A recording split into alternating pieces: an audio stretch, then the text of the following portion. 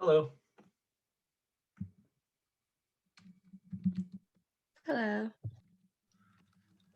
Hi. Everybody, we'll get started in just a couple minutes. I think a lot of people are going to start pouring in the next one or two. So just sit tight and we'll get going in just a minute.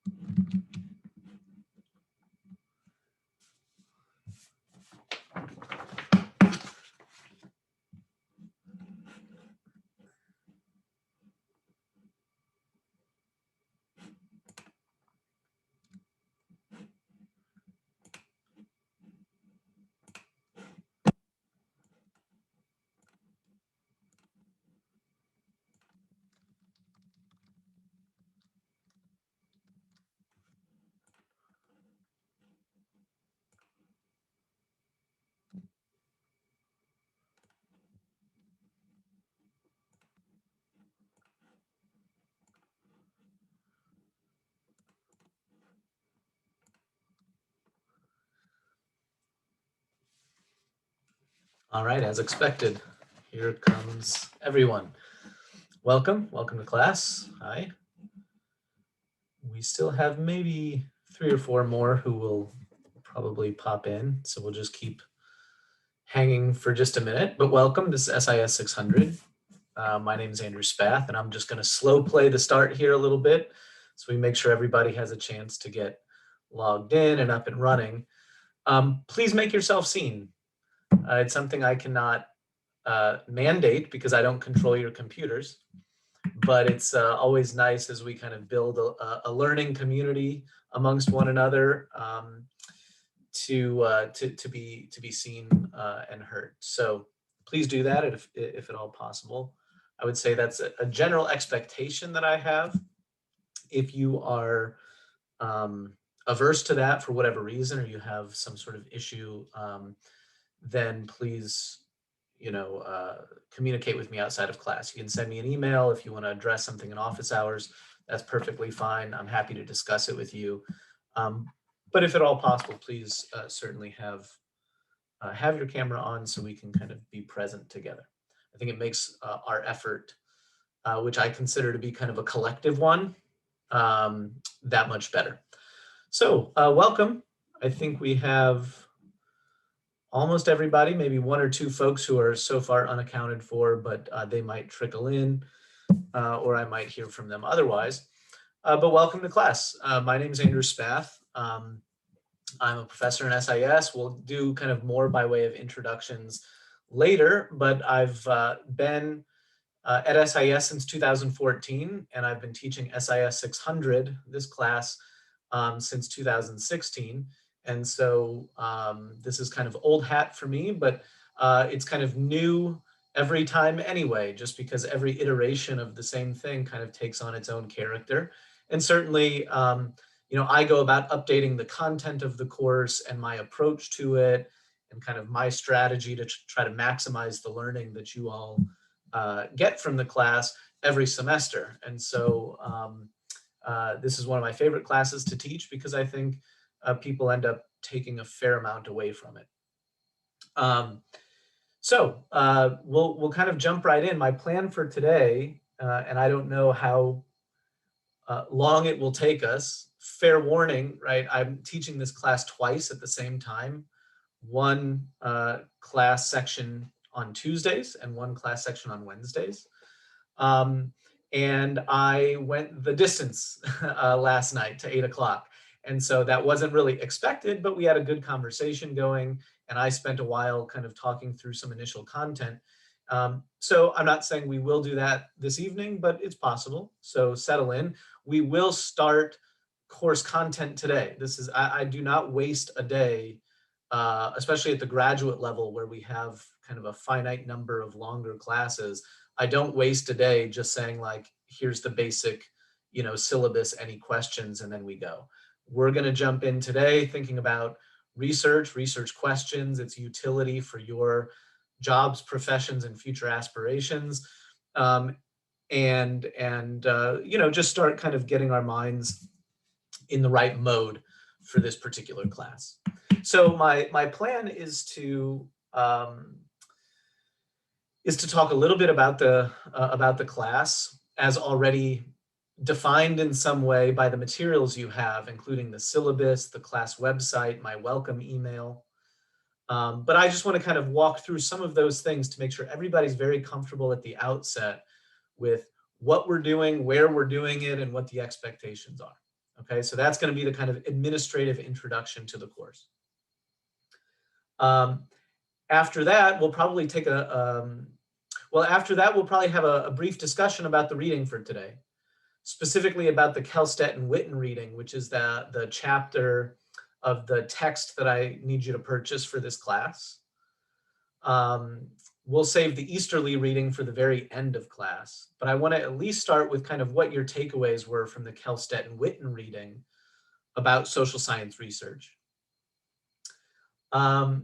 We'll probably take a break after that if that kind of matches the timing of when it seems everybody is ready for a break. I try to do that about halfway through the class, so 6:45. But some days we'll probably take that break a little bit earlier, a little bit later. Sometimes it'll be 10 minutes, sometimes it'll be 7 minutes, sometimes it'll be maybe 12 or 15, just depending on how we're doing and how everybody's feeling.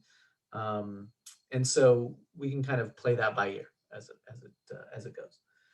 And then on the tail end of class, or the second half, when we come back from a break, I do want to jump into some substantive course content and introduce some basics along the lines of what it is we're doing here and how we ask good research questions. Because I think that will establish kind of a good basis of for how I want us to think and how I want us to kind of adjust our minds and how we go about thinking for this class. So welcome. I see a few familiar faces, so nice to see you again. And I see a lot of new faces, and that makes me happy as well, because I get the opportunity to meet a bunch of new people. Did everybody get an email from me with the welcome information? If you didn't, can you just say in the chat, privately or publicly, however you like, just I didn't get the welcome email. My assumption is that if you're here, you did, because I think it would have been tough for you to know what the class website was and how to get into this class on Zoom. But just in case somebody got in here because of a friend or a colleague, or got that information some other way than directly from me, please let me know that, because it's important that that I can communicate directly with you and you're on my roster and that kind of thing. Okay, awesome. Well, welcome. So like I said, we'll kind of kick things off with some administrative things. And so I'm gonna share my screen with you and just make sure everybody's familiar first with the website, and then we'll talk about the syllabus a little bit. I try to make this pretty user-friendly, but I don't want there to be any issues off the bat. And so to familiarize ourselves with the class website, here we are. And you can access this, right, by typing in the full link and just bookmarking it, or however you want to keep it saved. You can also just go to any page on my normal website, right, which is just myname.com. And then from there, if you hover over teaching and current courses, it's the only current class, right? Because it's the summer session. It's the only class I'm teaching right now. So this is my current class for SIS600 summer. If you click that, it'll take you to the class webpage, okay? Now you probably see, let me log out, and you probably see two different things going on here in terms of how to get in. Let me come back to it. So one is to put in the class website password here, which, as you know from my email, is Poisson, Poisson 01, right? Like fish in French. But it's Poisson is also a data distribution, right? A numerical distribution. And so that's the kind of link to quantitative analysis. So Poisson 01 is your password. You can think about it too, if you ever forget, like poison with an extra S. Okay, so that might just be a mnemonic device to help you remember what the password is. So that's step one, and that allows you, of course, access to the site itself where you have all of the main course content. And I just want to walk through that really quickly. So first and foremost, you have the syllabus. My expectation is that you've read it already, but we will just kind of do a few key highlights in a few minutes. Of course, you can always click here to access the class Zoom link. On the right-hand side, you have office hours. These are not live yet, so if you click on this, there won't be any available, but I'm going to make them available now that I have a slightly clearer picture of what my summer days look like. Generally speaking, though, for office hours, I will make time for you during the week at a couple of points, and you can just click on this link and sign up for a 15-minute appointment. If aside from that, I also generally expect to stick around after class, whether we end at 7:15 or 8 o'clock, whatever time we finish. I'll usually just plan to stick around after if people want to carry on the conversation or discuss additional issues. If a whole bunch of people plan to stick around afterwards, then it means that we might get a bit of a backlog. So if you can sign up for office hours outside of that time, that's always advisable if you just want your kind of discrete appointment just for you. But if you have general questions that might be applicable to other people about the course or something that we've been working on or going over, then we can just stick around after class and talk more. That has a separate office hours link, and it's right here below the meeting schedule or the Calendly link. Of course, if neither of those work for you and you really need to meet with me outside of the office hours I set or the after class ones, just send me an email. It's not too hard, frankly, to get a hold of me, and we can always identify a good time to get together and discuss, right? Part of my job is to be available to you within limits, and so just let me know and we can work something out. Once we finish class, probably sometime tomorrow, because there is a slight delay to this, this second servings link will become live, and that's where you'll have the class recordings. So the recordings of our live class meetups. So each of our class meetups will be recorded. There may be times during the class if I find what we're doing, let's say, irrelevant for future review, or if we're doing things in breakout rooms and therefore the class recording would just be essentially like a blank tape for a while, I'll just pause it so that way that's not captured. But I've heard from students in the past that it's really helpful to be able to go back and review some of the content that we have covered during our live class meetups. To facilitate that, I will probably ask, and if I don't, please help remind me on this front at the beginning of class, I will probably ask for a volunteer or two to take some general meeting minutes. These don't have to be super detailed at all. I just want some basic timestamps. So that way, when I post the class meetup recording, I can give you some sense of at what points during that recording we covered certain things, right? So, for example, we might say at minute 37 is where we started talking about difference of means tests.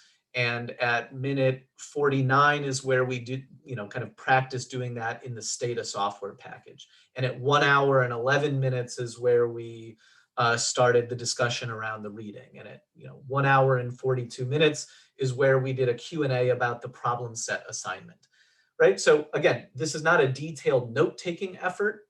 It's just helpful if we have kind of some bookmarks or some timestamps representing where we covered certain things, because that makes it much more efficient for you then when you want to go back and review something we covered to find it quickly and to be able to review it efficiently, okay? I'm just going to keep rolling here, and then I'll stop and take some questions, any questions that might arise in a few minutes. You then have 3 buttons in the middle. On the left-hand side, you have perhaps the most important, and that is the meat and potatoes. That is all of the core required readings, videos, and materials that you will do for each class. That corresponds directly with the meat and potatoes log, which is kind of like the traditional schedule in a syllabus. So you might ask, well, hey, why didn't you just put this in the syllabus? And the answer to that is because I really prize flexibility in a class like this. It helps a lot if I can make adjustments on the fly based on how quickly we're moving or just our general pace, or based on maybe where people are showing signs of struggle, and I can build in something that I didn't intend at the beginning of the semester to help you along. Or if I see that a lot of people have a similar interest in the class, I can find a reading or an exercise based on your interests, as opposed to just by fiat, choosing some at the very beginning of the term.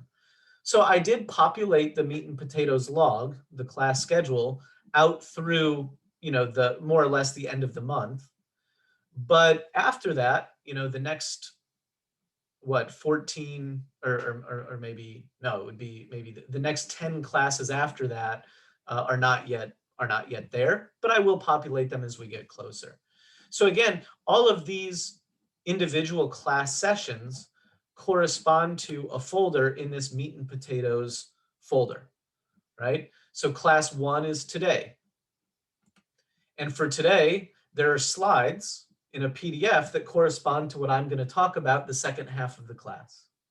So you'll always get slides that go along with the lecture, right? If there's a lecture, or with the video lecture, if that's how you're watching it. Or any other kind of just readings and handouts. So here's the Easterly reading and the Kelstetten-Witten reading that you did for today. Of course, next class is getting started with Stata. There's a video lecture, the slides that go right along with that lecture in PDF form, so you have them handy, as well as 2 readings and a data set. And we'll talk about getting you up and running in Stata so you can open the data set, and we'll talk about that today in class. So again, just these classes, 1, 2, 3, 4, 5, 6, go right along with what you see here. 1, 2, 3, 4, 5, 6, right, on the meat and potatoes log, which you can think of as the schedule. You then have the data folder in the middle, and this just has a whole bunch of different data sets that we may or may not use over the course of the term. Okay, so these are all in here, and we might have exercises or assignments or other things that utilize data from within this folder. So just know that the data folder is always there, and I can add more stuff as we go.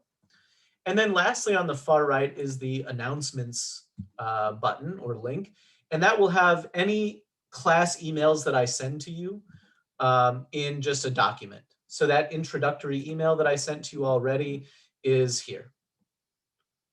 All right, that one will always be at the top because it starts with an underscore. But after that, I will simply date each one so they stay in chronological order.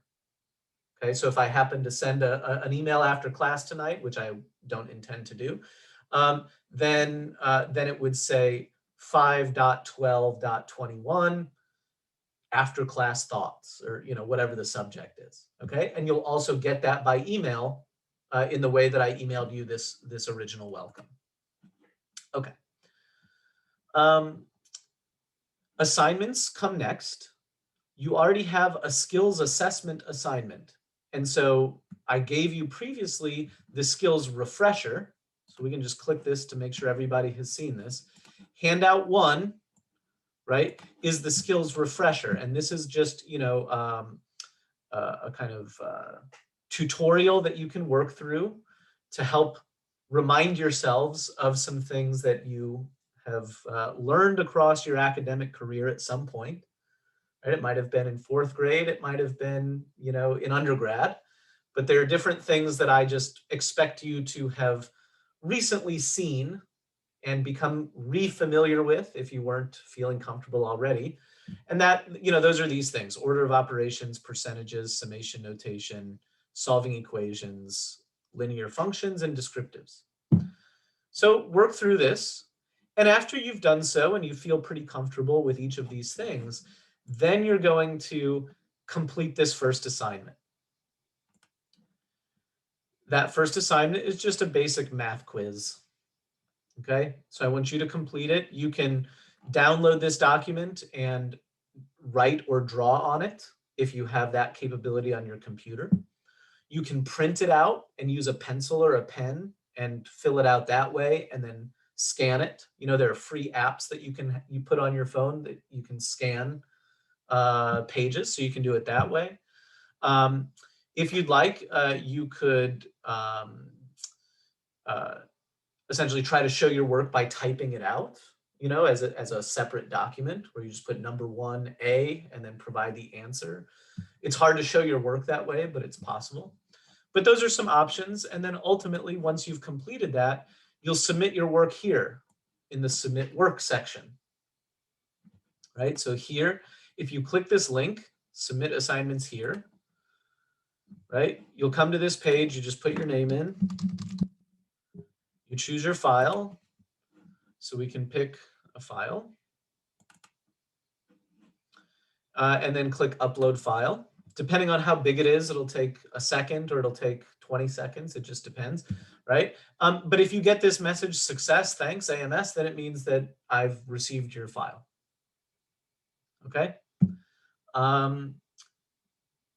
If something happens that you're worried that it didn't come through or your page didn't give you this result or something and you're having a hang up of some kind or you're just submission paranoid or whatever, you can always just send me an emailed copy as well, but not instead of, right? So you can email me a copy in addition to doing this, but you always need to submit here on the class website. Okay, so we've gone through all of this first stuff plus assignments and then down to submit work. The handouts section, I will also populate as we go through the class. So there will probably end up being, 15, 18, 20 handouts as we go along, but here are some that we're going to hit in the next, few couple of classes. In addition to the quantitative skills refresher, you have handout 2, which tells you how to install Stata, which is the statistical software we're going to use this term, how to install that on your computer. If you have a Windows computer, use these instructions. If you have a Mac, use these instructions. Okay, it's a multi-step process, and so don't think you're just going to click a link and hit install and all's well. You're going to have to download first VMware, which is a virtual client. It's like putting a remote computer onto yours. After that, you can go and get the app that through AU apps called Stata, right? The Stata app, and open that up within VMware. All of this requires that you put an app on your phone called Duo Mobile that is like, for those of you familiar with it, dual factor authentication to make sure you are who you are, right? And this is something that AU uses in a couple of other places as well, not just for Stata or their AU apps, but you need to put in the little code that you get from your phone. So it's a multi-step process, but it's all laid out in this instruction sheet. And if you run into any problems along the way, then we can consult collectively. And I'll tell you what that looks like in just a minute. There was a hand. What question do we have so far? Or questions? Well, that was me because I had a question in regards to that because I was trying to download it earlier before class and it wouldn't work. Okay, so let's just pause on that for a minute, and then later we can maybe troubleshoot together for others what didn't work and how to remedy that. It's also something that we can troubleshoot asynchronously in the context of the class discussion forum, and I'm going to introduce that to you in just a minute. Okay, but so number one, I'm glad you're raising the issue now because this is a must do in the next like two days. Getting Stata installed on your computer, making sure you can open a data set, right? That's something that we start with from the very beginning. There are a couple of other sections or iterations of SIS600 with other folks who bring Stata into the class about halfway through the semester. I like to start right off the bat with the program because there's a learning curve to it, and there is sometimes some hiccups with getting it up and running, and I don't want to be dealing with that mid semester. You know, I want to have everybody up and going from the very beginning. So that's a must do. I would say right away. All right, very good. So then there are a couple of other handouts we'll talk about later. We already talked about the meat and potatoes log. If you don't like having it embedded in the class site and you just want the document itself, you can just click this link and it'll open it separately, you know, as a document that you can even download. Just remember that it will run out. Professor, I don't think you're sharing the screen. Oh, thanks. And in fact, I need to change that link because that's the one from spring. Let me go about sharing my screen then.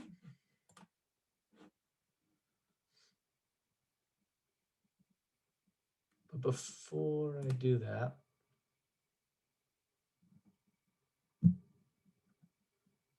and then while you just give me a minute, go ahead and open up the syllabus because I do want to just say a few things about that.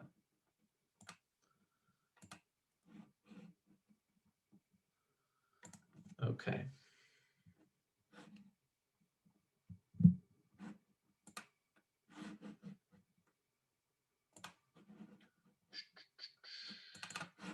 Good.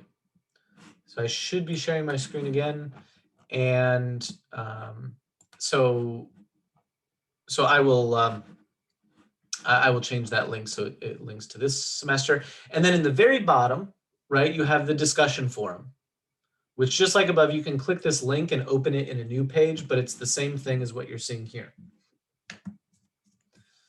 The discussion forum is a place for us to interact outside of our class meetups.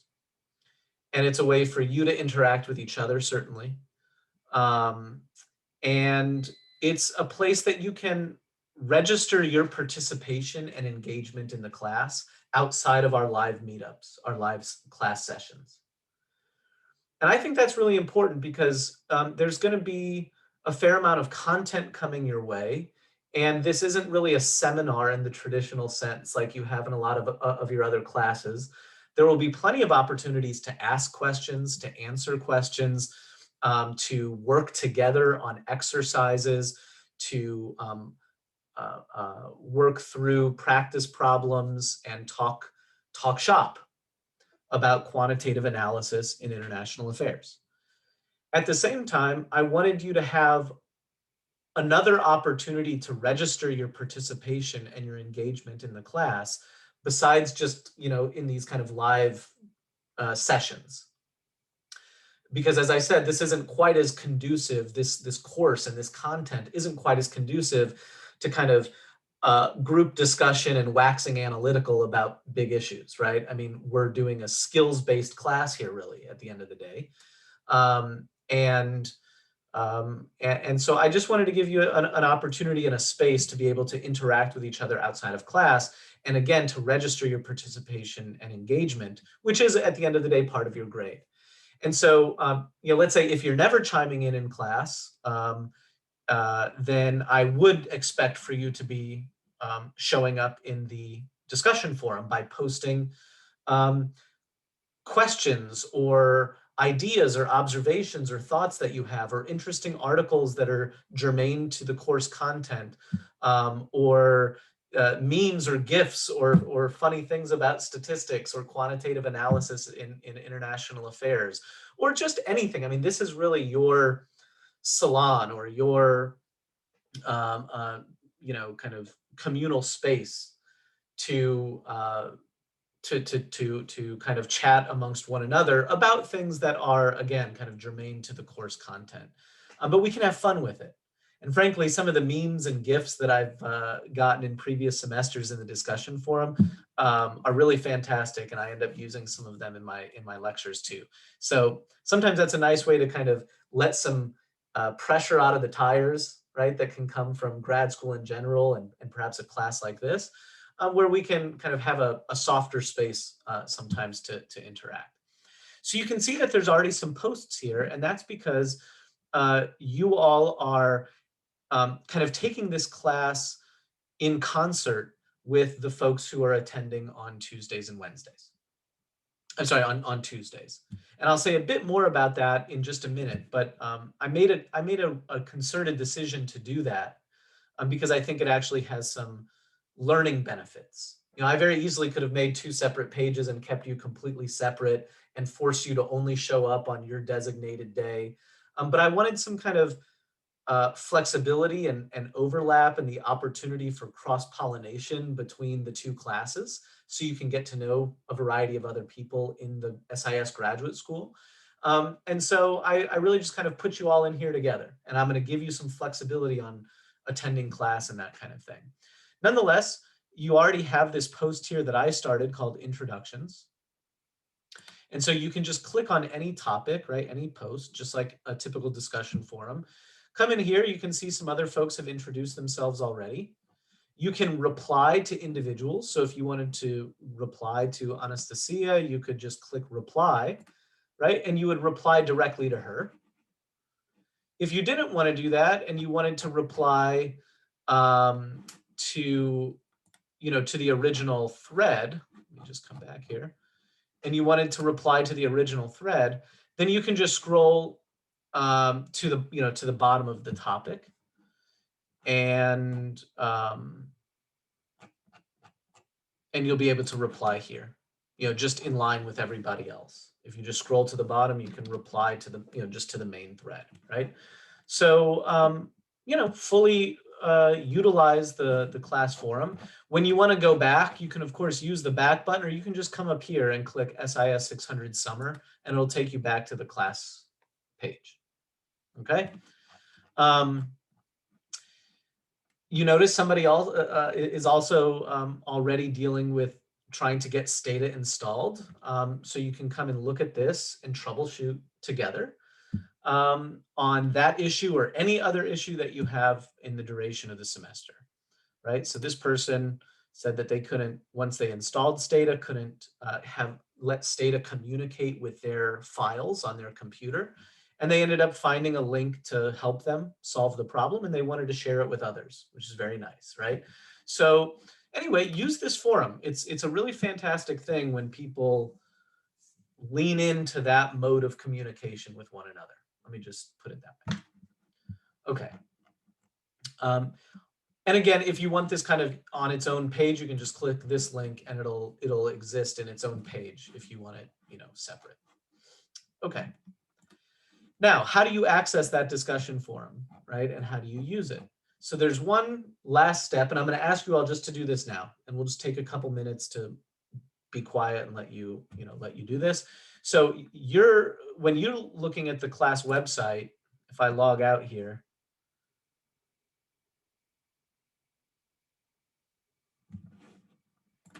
let me just go back to the class.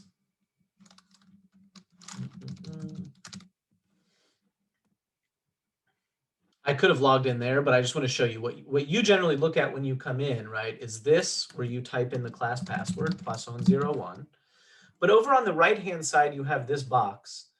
If you click register here, which I want you to do right now, click register. It'll take you to a page where you can put in a username, a password, right, and get logged into the class. And while it doesn't say it's required, I appreciate you putting your first name and last name in here, so that way I know what username is associated with which person, right, in the class. And so go ahead and do that. Then you'll be registered for the site, and then you can use the forum, right? Write down your email or your username and password somewhere, and then you're ready to go.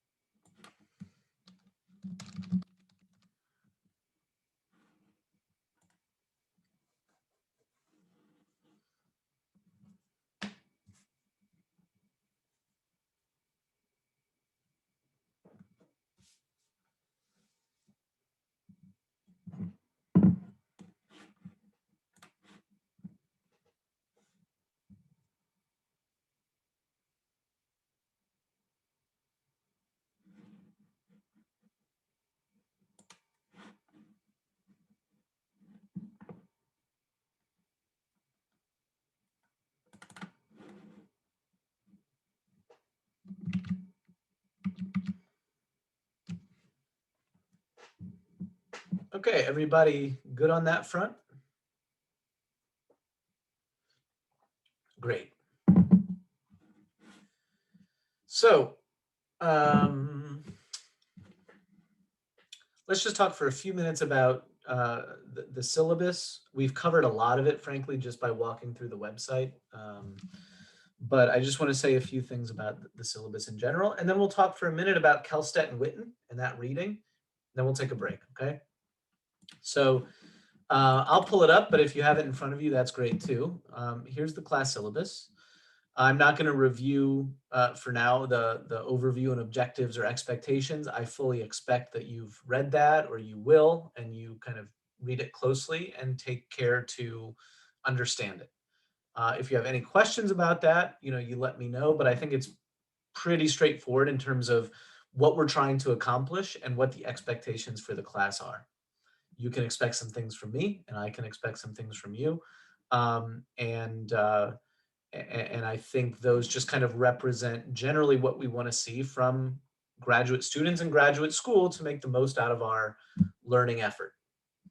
So please take that seriously. As I have mentioned before, you need to get 2 books, Kelstedt and Witten and Charles Whelan. The Whelan book is a great one, by the way, just to have on your bookshelf in general. And I know that sounds weird, but it is one of the most approachable and applied and kind of layman's, versions of kind of thinking about statistics in just your everyday life that you can find. And Charles Whelan also wrote Naked Economics. And so that's not a bad one to pick up before you take international economics. And maybe there's another one. I don't remember. There might be a third one. Naked Statistics, Naked Economics, and maybe one other. But they're just really great kind of base level, approachable introductions. And there are a lot of examples, and it's just a really nice text to have. So I really recommend that one. And then the Kelstedt and Witten one is what you could consider something like our course textbook. And we're going to read that, pretty much start to finish, or at least all the way through, but maybe not from beginning to end. And so you need to have that. We already talked about the skills refresher. We're going to use and learn a statistical software package in this class called Stata. You're aware of that already. Every semester I think, well, maybe I'll make a switch and do R instead, for those of you familiar with the statistical software package called R. And just to preempt, the question about that, R has a much steeper learning curve than Stata does, number one. And so that's one of the reasons I've chosen to continue teaching you all Stata, is because we have a lot to do in this class. We're really kind of doing 3 things at once, right? We're learning statistics. We are learning how to apply that to questions in international affairs, right? And research design around that. And we're also learning a software package and a coding language that comes with Stata.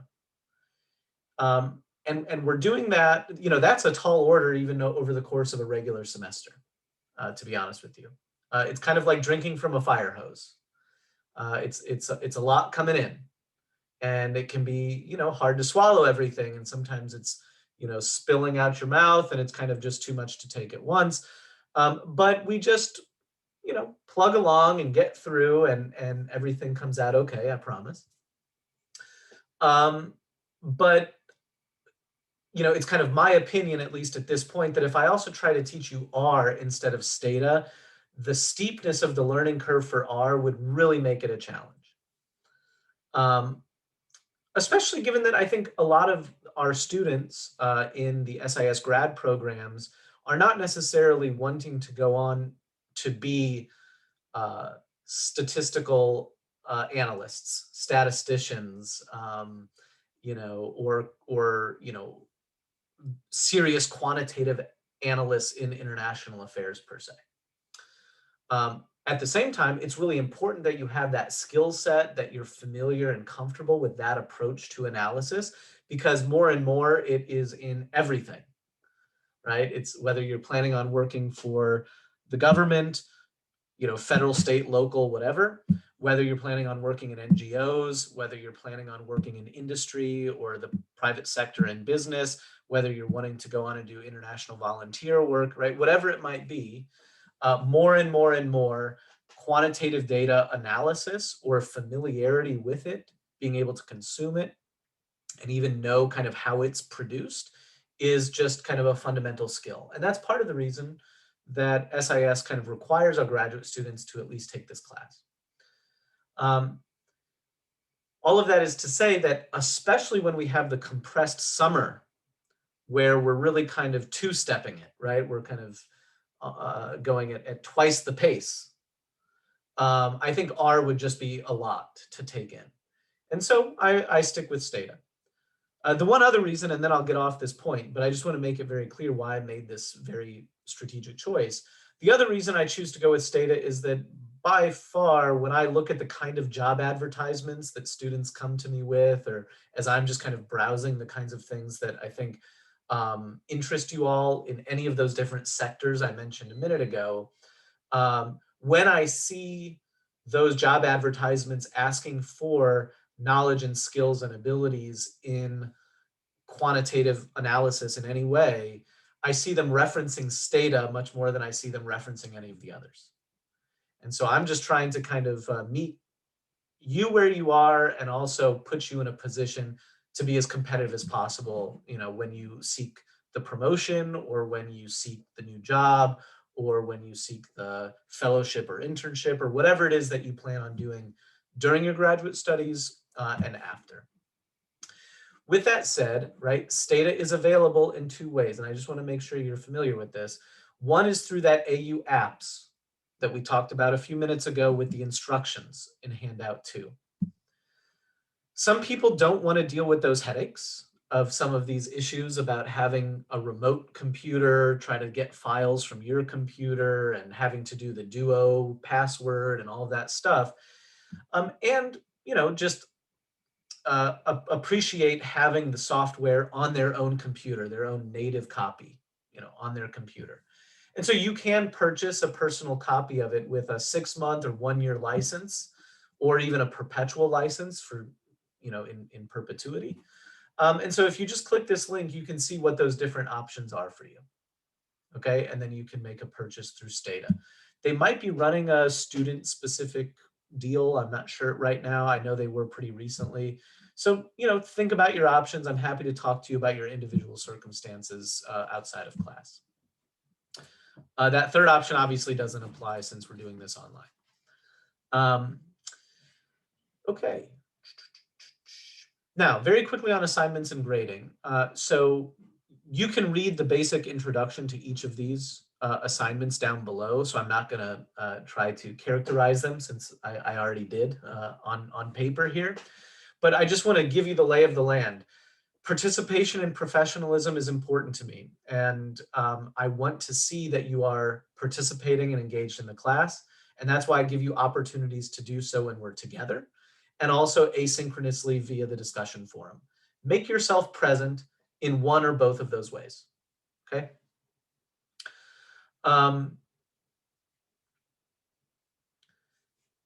The skills assessment quiz is pass-fail. You have to do it and you need to submit it by the 18th, okay? So please do that. You will pass it as long as you, as long as you do it until you pass it. In other words,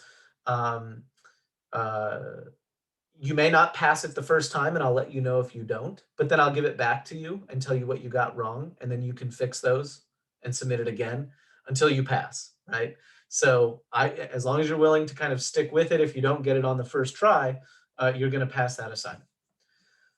Try to get it passed on the first try, okay? Problem sets then come 3 times. These problem sets, I'll show you what they look like another day when we get closer to the first one. But these are essentially a series of questions that apply the knowledge and skills that you learn in the class sessions to those application problems. And so you're going to be using Stata quite a bit, but also working with data sets and articles that I give you in those assignments to work through different kinds of quantitative analysis to write up your results in a report. And so that's what those problem sets look like.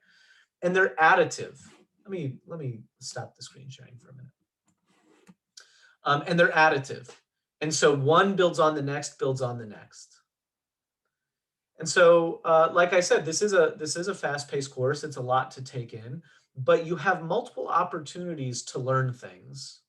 So for example, some of the course content that shows up on assignment number 1 will also show up again on assignment number 2, plus some additional stuff. Then the stuff that shows up on assignment number 2 will show up on assignment number 3, right? Plus some new additional stuff. And so everything kind of builds on itself. And what that means is even if you don't feel very comfortable the first time you're seeing something, you're going to see it again and again as we go forward, and you'll become very comfortable, or let's say more comfortable as we go. To the point that maybe it's, class number 6, and all of a sudden, the stuff that really caused you a lot of concern or anxiety or confusion during class number 3 is now, secondhand or easy, simple, or at least much clearer than it was, in the previous couple of classes. So just trust the process. I know this is I'm not sure if you all kind of discuss outside of, outside of your classes or otherwise kind of the classes that interest you the most or what you're most excited about taking. Generally speaking, this is not a class that people say, I cannot wait to get into SIS600 and take that class, right? But what I love is the fact that generally speaking, for the vast majority of students, once you're finished with SIS600, sometimes it's like the day after, and sometimes it takes a little bit of time. But generally speaking, this is a class where students end up appreciating it more than maybe many others. Because it's a class where you really are learning subject matter while also learning a skill, while also learning a software program, right? That corresponds to direct lines on your resume and direct skills that you can tout and new things that you can do that help you sell yourself, right? And I think that has a real payoff, and people tend to see that payoff, number 1. Number 2 is we can start thinking about the world in different ways. So it's not just about the hard skill, but it's about the fact that when we better understand quantitative analysis, then we can better kind of appreciate what goes on to create that kind of analysis. We can better scrutinize it, right? And ultimately, kind of build up the core muscles in a part of our brain that maybe, right, some of you could bulk up a little bit, right? And I think that helps us kind of just go about scrutinizing and analyzing the world around us and whatever problems and issues interest you. We can do that much better. So all in all, I think that's a really useful thing. Okay, I'm going to stop talking in just a minute, but let me just finish a couple of quick things. So those are the problem sets. There is an exam. The exam covers what is in these 2. There may be something sprinkled in this one that I would cover very early on when we enter this portion of the class on multivariate analysis, but I don't think so. I think the exam will generally just cover what's on these 2 things, so you have plenty of time to be comfortable with that course content before you get to the exam on the 18th through the 20th. Now, to be clear, these are hard due dates for these problem sets. The exam is something that I'm going to let you choose when you take it across 3 days. So it is going to be a timed exam, probably 2.5 hours to correspond with our class time, or our class, the length of our class. But, some people really are morning people. Some people are night owls. Some people, want to have a nice setup in the middle of the afternoon at the library or, whatever. So you're going to have 3 days and you can choose whatever 2.5-hour time period across those 3 days you want to take the exam. Okay. So that's why I have 618 through 620 there. The last assignment is kind of a 2-for-1, and that's the data analysis memo, which you can think about as being like a final paper that requires you to do quantitative data analysis on a data set that you either find or create, generally that you find, to answer a research question that interests you and to test hypotheses about that research question. And so, it's a final data analysis project. And that's where you can really show that you learned all of these things. So again, it is additive, it builds, it scaffolds, and it culminates in an individual, or I think in pairs research project that you're going to do here. The research design assignment is going to be submitted at the same time as the data analysis memo. And that research design assignment is essentially the plans or the blueprint for that data analysis project, right? So it's kind of like the basic outline where you say, here's the question I was answering. Here's the theory that I'm putting forward to answer the question. In other words, my answer. Here's a hypothesis that represents it. Here are the variables that I'm using to measure that hypothesis, the cause and the outcome. Here's how I'm measuring those things with data. These are the appropriate tests that I need to run that I'm going to teach you over the course of the semester. You're going to then say why those tests are appropriate. And so that's what the research design assignment is. Right? It's essentially the plans or the blueprint for carrying out your data analysis project. The data analysis memo is the full write-up report where you've actually implemented that plan and written it up as a paper. Okay, so I'll show you some examples as we get later in the term, but that's the basic gist of those assignments. All sorts of things here about resources and policies and procedures that you can read about. And then lastly, our course plan that, again, corresponds to the meat and potatoes log, right, that you saw on the class website. So this is the overall kind of skeleton outline. The meat and potatoes log, as you saw before, has all the details about what you're doing for each and every one of these class sessions. Okay, the very last thing that I want to say before then I kind of stop is, as I mentioned before, this class is a kind of synchronous asynchronous combo that we're running simultaneously with another section of your peers and colleagues. And two things about that. Number one, I want to give you the flexibility to show up when you want to show up. And so you can show up on Wednesdays, you can show up on Tuesdays, you can show up on both if you're a glutton for punishment, or you're just really that interested and you want to soak up every bit, or you want a second dose of something, right? You could show up on Tuesday, so you could have come last night. And then if certain things were confusing or you felt like you wanted to hear it again or something, you can come the next night and, on Wednesday. It's up to you. Or, and then I want to make a caveat to this, you could come neither. Because one could effectively take this class asynchronously. Again, I'm just trying to meet you where you are and be as flexible as possible. You do not need to send me an email asking for an excused absence. You don't need, you're welcome to, but you don't need to ask my permission to not show up to the live session.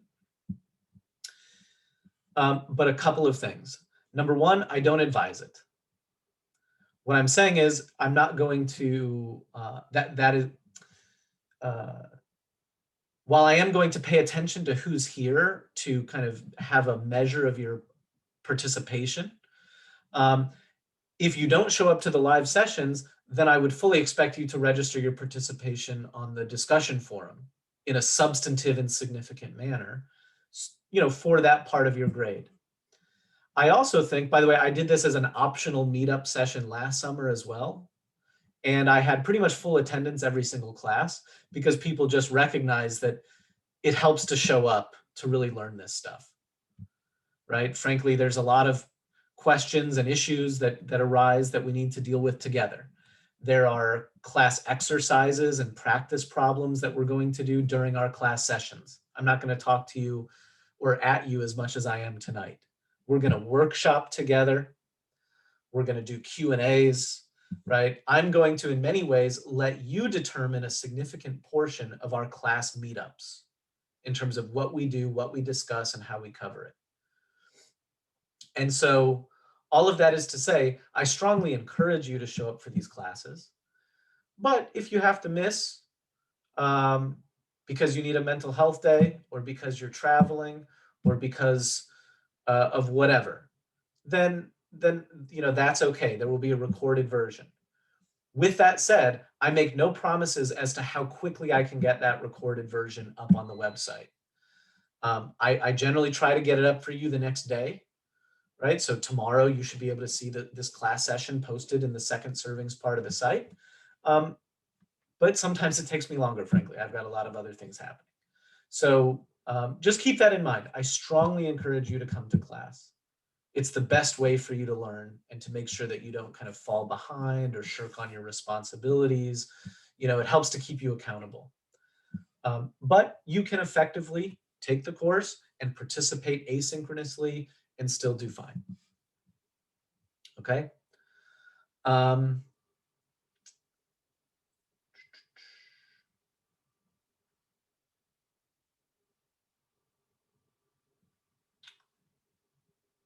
And last, just on that point, I know I just mentioned this, but I want to say it again and slightly differently.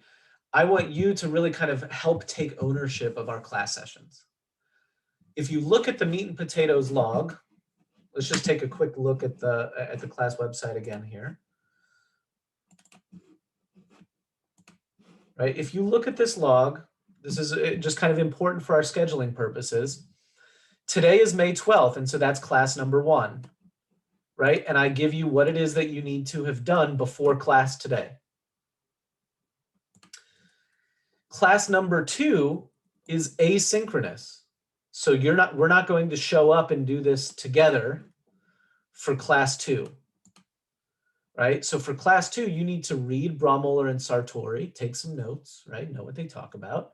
You're gonna read quickly, skimming, the Marina Henke reading on UN fatalities data set, a new data set that she created. You're gonna watch the Starting with Stata lecture 2.0, and you're going to do the Starting with Stata tutorial, of which you have 2 options, and you can do one or you can do both. There's a handout that you can walk through on your own, or there's a video tutorial that walks through that handout with you on video. Okay? Then next Tuesday or Wednesday, right? Let's just say Wednesday, since this is the Wednesday. Next Wednesday, the 19th, we will then meet again. And we'll discuss measurement, descriptive statistics, and distributions.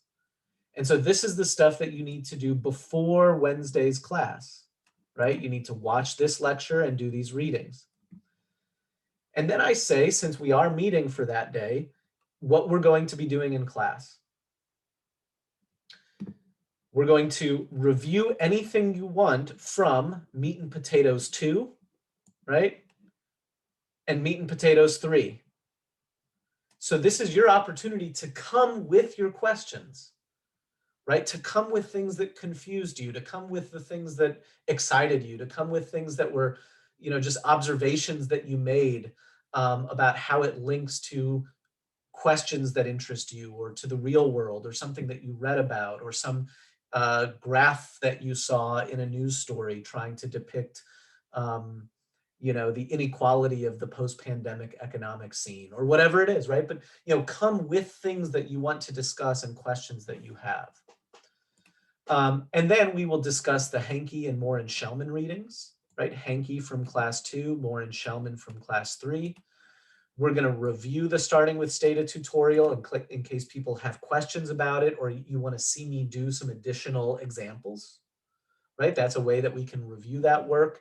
And we're going to start on the starting with Stata tutorial number 2 and or do practice problems. So again, it's very workshop oriented. And that's part of the reason I really recommend showing up to class, because it's a good time to really kind of exercise the skills that you've been kind of taking in these video lectures and stuff like that. But again, just to be clear, we're going to be meeting on our Tuesdays or Wednesdays. And in between that time, you have an additional class session that you're responsible for, but that we're not going to meet for.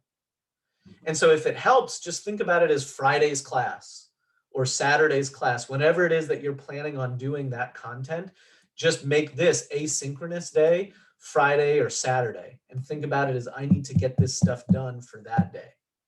Because if you try to package all of this together for next Wednesday, it's going to be overwhelming, way too much. Okay. You're also more than welcome if you want to put it in the chat or if you want to put it in the discussion forum, or if you know other people in the class already or in the other section.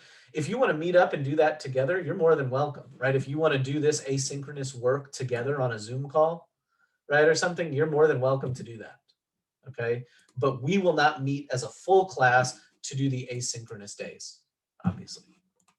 We're going to kind of kick our reflection and review of that stuff to the next meetup. Okay, here. All right. So I know that's a ton of stuff, kind of administrative and logistical about the class, but that was my best effort at giving you kind of a comprehensive understanding of what we're doing and how you can navigate the resources that I've tried to kind of build out for you, so you can take this class in the way that works best for you. So what questions do you have? How and to what extent have I confused you, you know, about what's going on?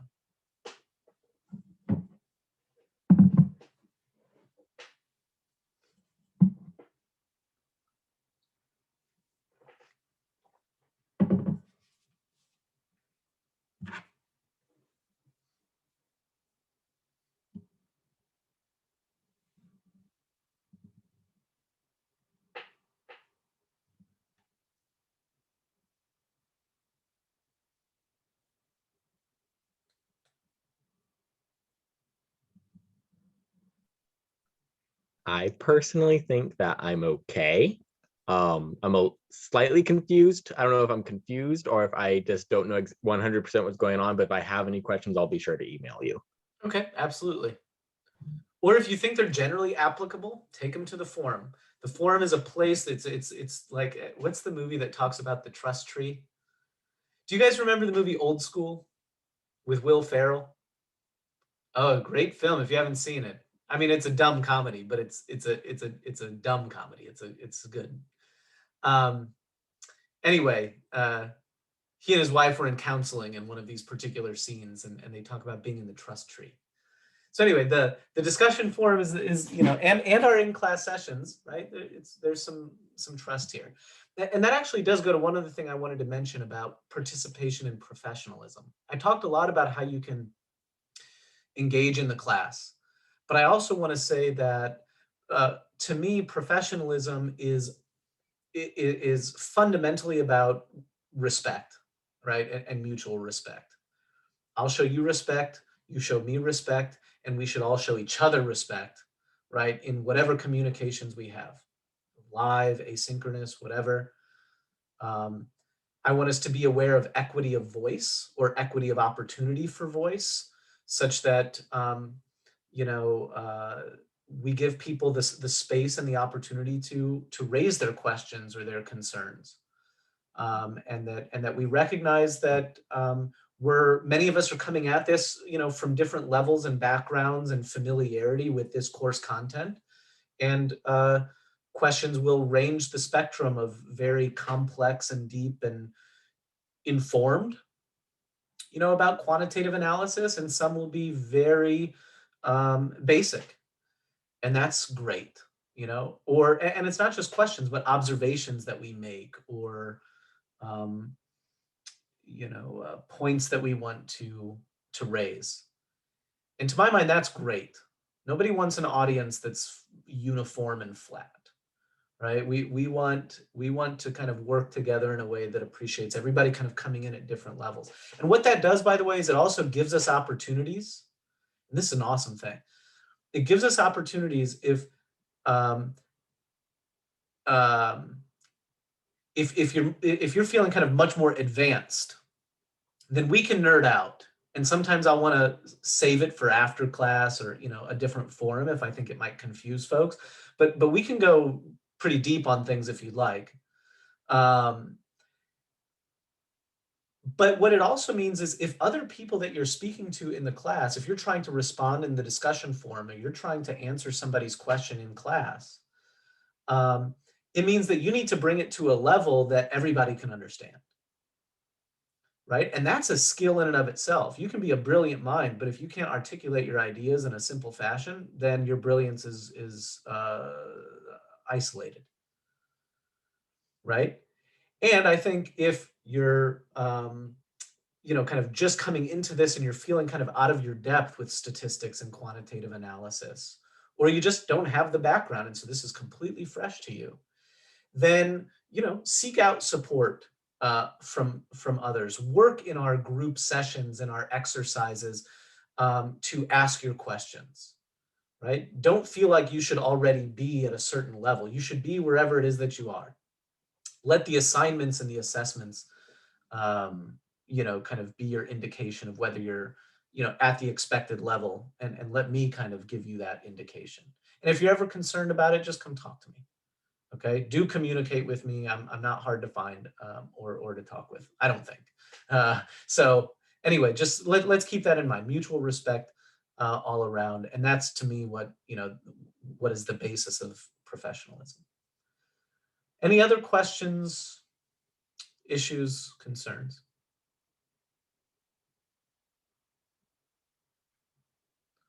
Okay, let's take a quick break. And then we'll come back and talk, just maybe take 3 or 4 observations about the Kelstedt-Witten reading. In particular, I think I asked you a question in the meat and potatoes log. No, actually, the question I asked you was about Easterly. But on the Kelstedt-Witten reading that you did for today, I'm really just wanting to know, let's phrase the question like this, and we'll come back and just kind of hear your thoughts. Why do we care about any of this? I think Kelstedt-Witten's first chapter there is trying to attend to that question. Why do we care about any of this? Quantitative analysis, social science research, asking questions in particular ways, taking the approach that they're advocating in that chapter. Why do we care about any of this? Why does SIS make you all, anybody in their graduate program, take this class, right? So let's come back at 6:45, and we will start with that discussion, and I'll let that lead us into the course content, okay? See you in a few. Welcome back.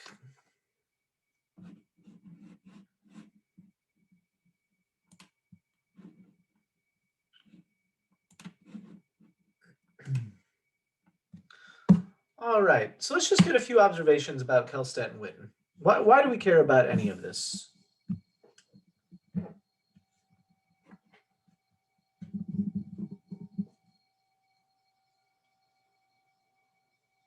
What were your key takeaways or observations from their introductory chapter?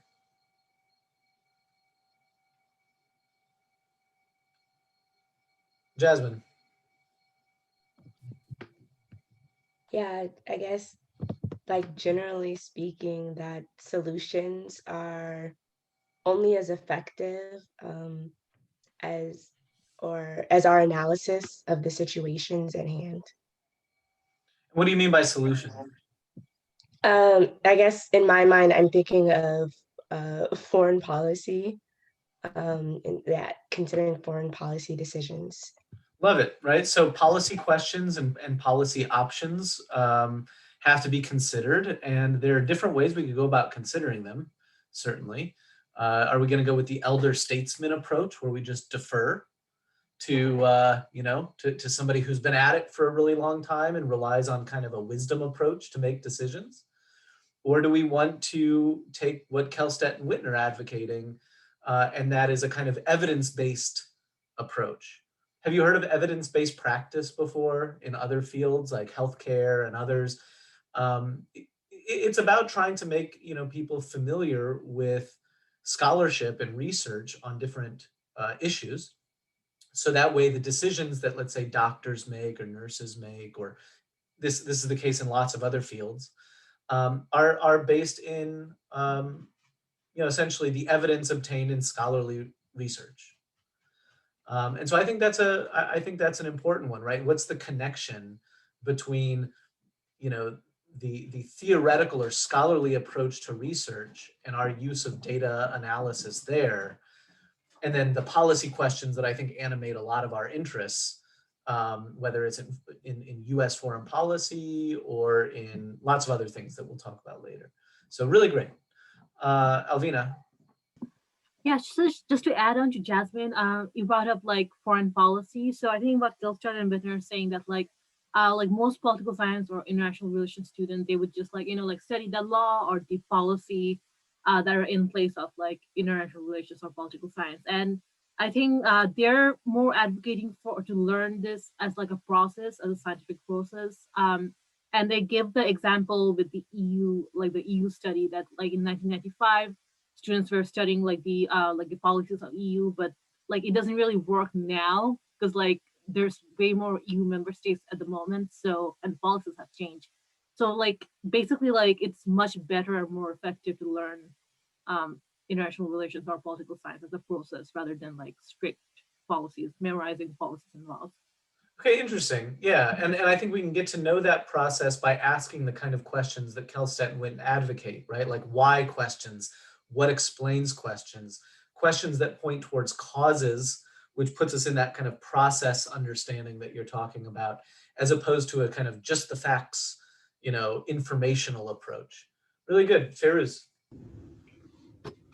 Yeah, so I don't think I'm really saying anything different, but as I was reading, especially the first guy here, forget his name, but I felt it was more epistemic. So we're really kind of, coming up with these different theories, these casual theories, and asking questions and developing paradigms and, really trying to justify these beliefs. And then, as you live them out and continue to talk about them and see if they would stand culture or not, you see kind of, policies shifting and moving along with that. So.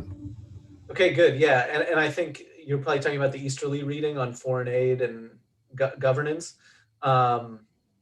and I think that's right, and it helps us kind of also see the link between some of the scholarship that's produced and then some of the real world implications of that on on policy. And so we'll kind of end class actually kind of interrogating the relationship between those things in that kind of Easterly example or application. Yufei, and tell me if I'm saying your name, wrong, or if you want me to pronounce it a particular way, because I do want to get You it are right. correct, Yufei, yes. And to me, the key takeaway is a little bit different. It sounds like to me, like the data, the statistic is a fundamental starting point for an evaluation report, starting like this. It's not the final solution, and there is possibility that the data is incorrect. It's providing false information, or I will not say false, but unspecific, non-specific informations. But however, it provides us a starting point, a base for where to start. I think that's exactly right. I mean, data is the set of facts that we utilize in our analytical process, but by itself it's nothing. It's just the world around us, and our goal is to essentially capture the world around us, right?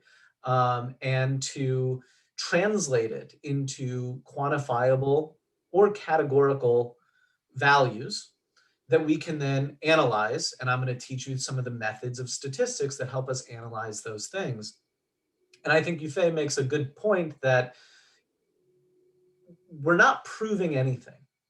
And in fact, we can just get rid of the word, prove from our vocabulary for this class, because it's possible that I assert a hypothesis, I collect a sample of data, I analyze that data according to sound methodological, a sound methodological approach using statistical analysis, and I get results that, let's say, support my hypothesis. And then the next day, somebody could assert the same hypothesis, collect their own sample of data, measure their variables in a particular way, right? The same variables that I had, but measured according to their own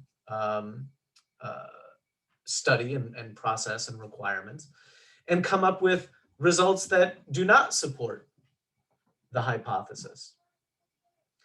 And so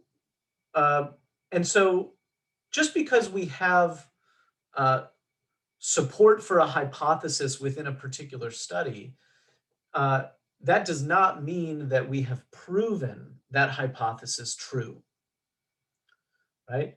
What we need to do is think about studies as contributing to a broader conversation that in aggregate points us towards certain conclusions and gives us greater confidence or less confidence in those particular conclusions, right?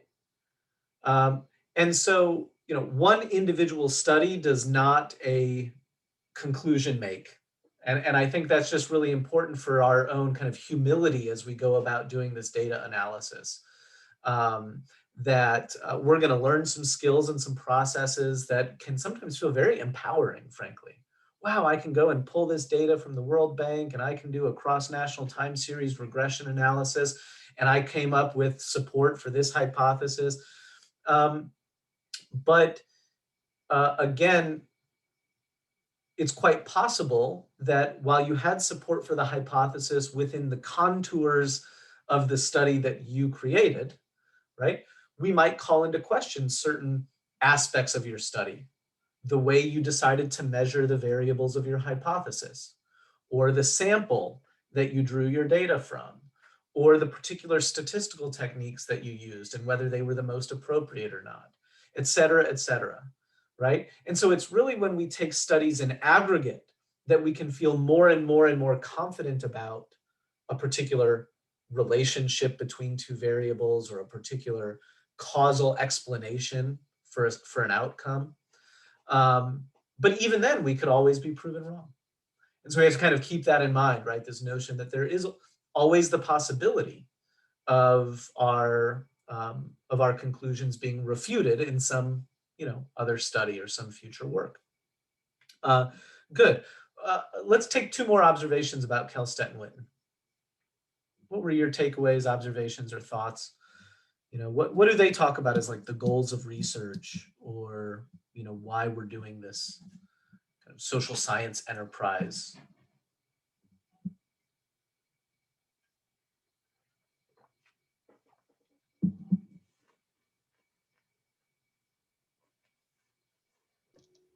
Jacob? Yeah, so just looking at kind of their little, I guess, flow chart, kind of the goal is to, once you have a theory, to kind of show that if it's actually, if it like if it's supported, and kind of to create a new scientific knowledge is the terminology they use. And so that seems to be the goal, to think of something to explain some sort of phenomenon and then test it and then add to the greater base of scientific knowledge, and to try and, I guess, in my opinion, kind of more accurately describe what's going on in the world. Fantastic. And I think that's an important point, and we'll talk about it later in the term, but this notion that we're starting from theory. And the theory is meant to answer a question. And so that's what we're going to move to in just a second, right? How do we ask a good research question? Because at the end of the day, our answers are trying to respond to that question, right? So how do we ask a good research question? What makes for a good research question? And I'm going to engage with that in just a second. And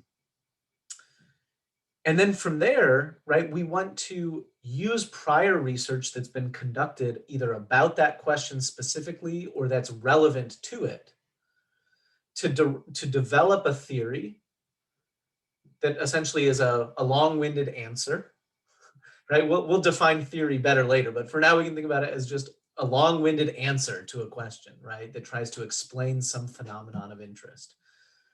And so we want to put forward that theory based on an understanding of the cumulative knowledge that already exists revolving around that question and our own ability to reason, right? Based on that knowledge that we have. Then we assert that theory as an answer to our question.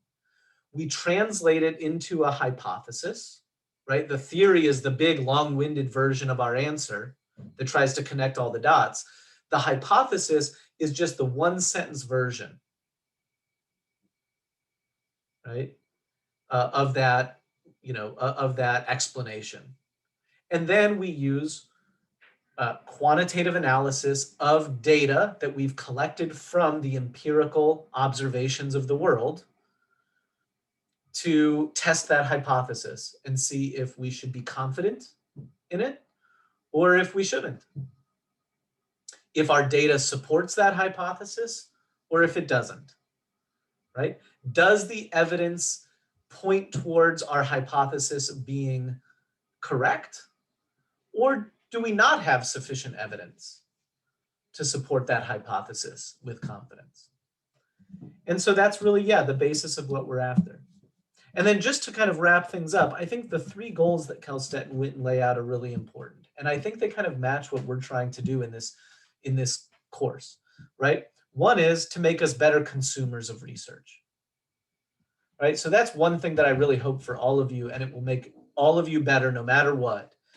Whether you plan to go on and do quantitative analysis of some kind, whether you have a job that has you dabbling in it a little bit, or whether you're not really doing much of it at all, nonetheless, you are going to be confronted with quantitative studies in your graduate coursework and after. Even if it's just kind of, studies that are cited in the news and you're trying to form your opinion around those things that aren't even in your work stream, right? We need to be able to know, I think, as informed citizens, not to mention international affairs practitioners, how to consume scientific research. And in particular, we're going to focus on the quantitative approach to that. The second is to, and I guess this kind of, I kind of merged these together, but the second is to evaluate information and truth claims, right? Kelstedt and Witten say, how can we evaluate the claims that people are making, whether they're hacks on the cable news network or whether they're like legitimate folks writing analysis for international NGOs or multinational organizations or think tanks or what have you, or whether it's your neighbor, right? People are always asserting truths. And I think right now, almost more than ever before, we need to be able to evaluate those truth claims.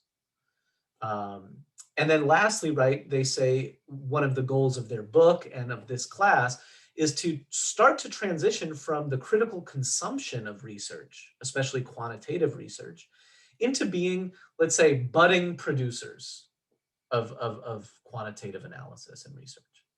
Nobody's going to walk out of this class and be ready to go and publish peer-reviewed research, or to go and say, like, hire me as a statistical expert, for, at the International Labor Organization or in the State Department or whatever.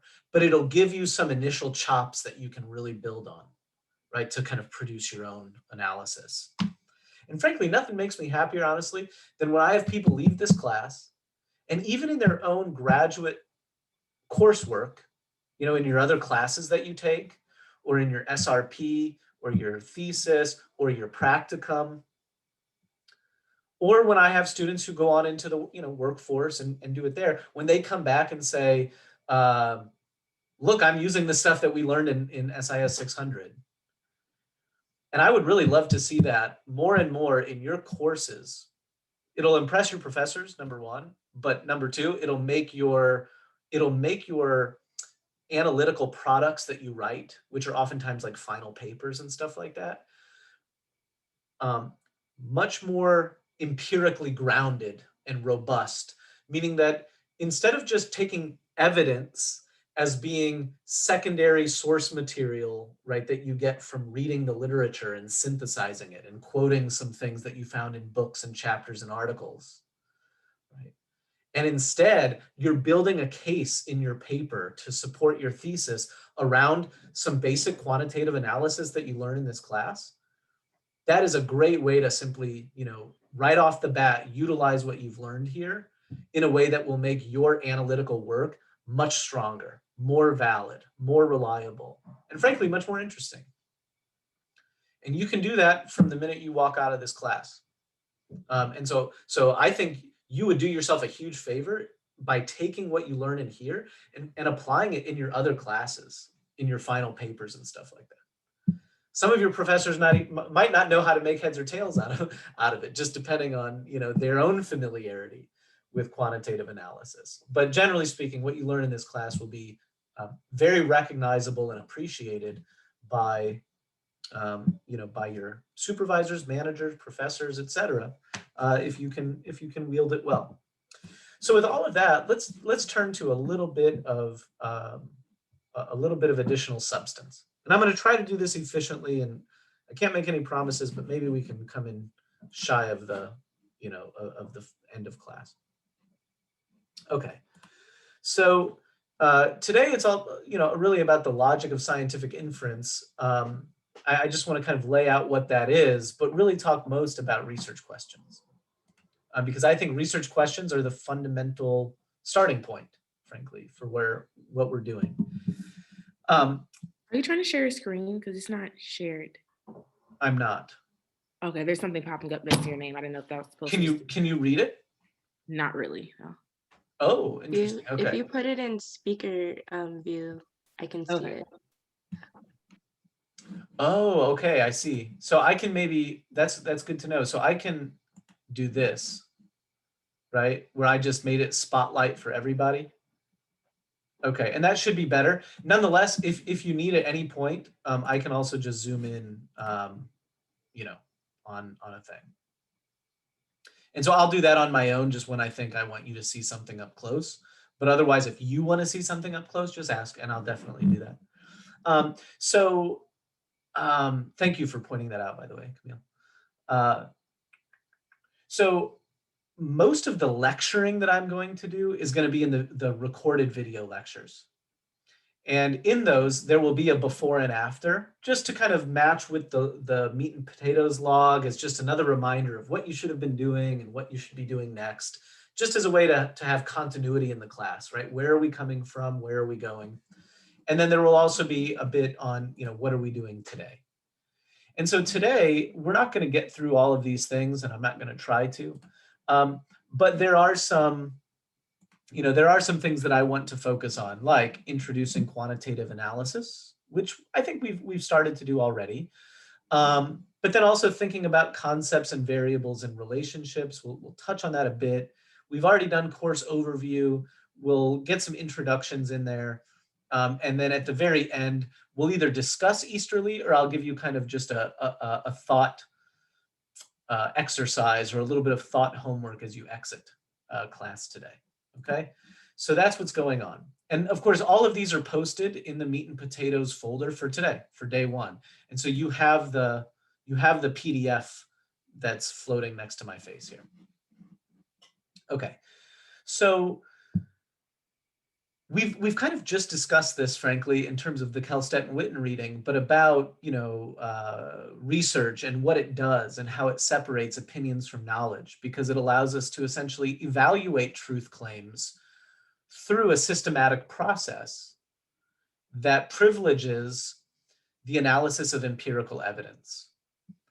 And that's a whole lot better than having a kind of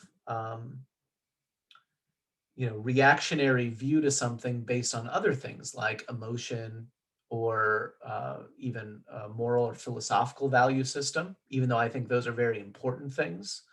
They rely less on empirical evidence and more on normative judgments.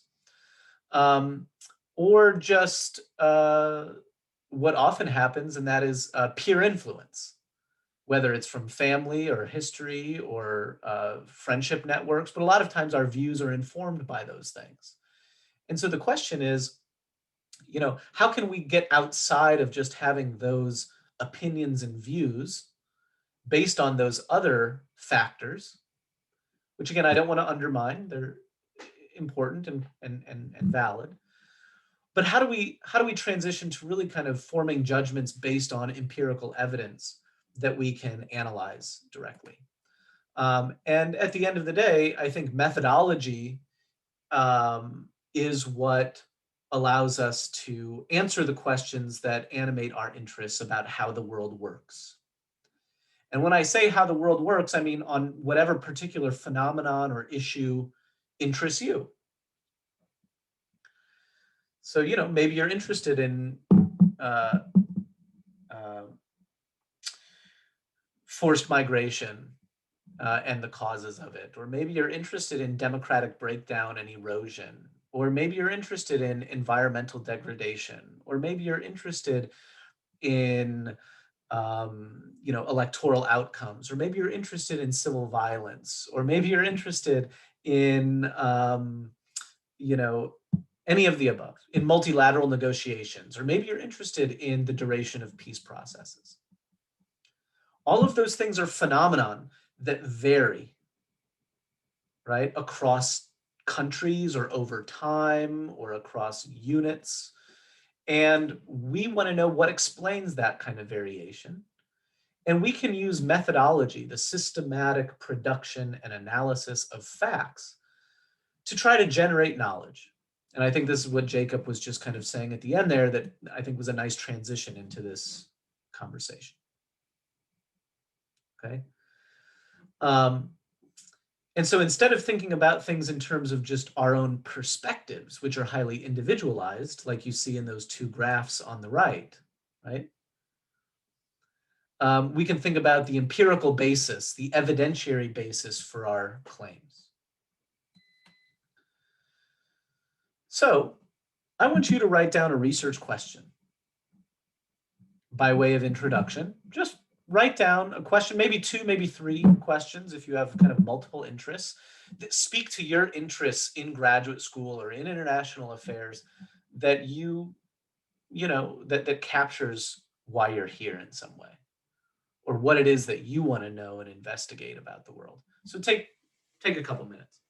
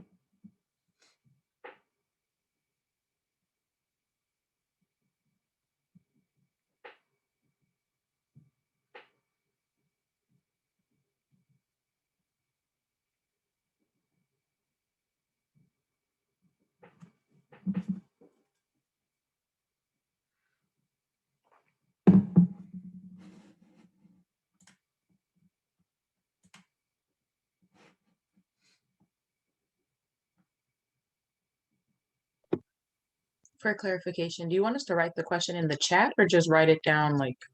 Yep, just write it down on your own is good. Okay.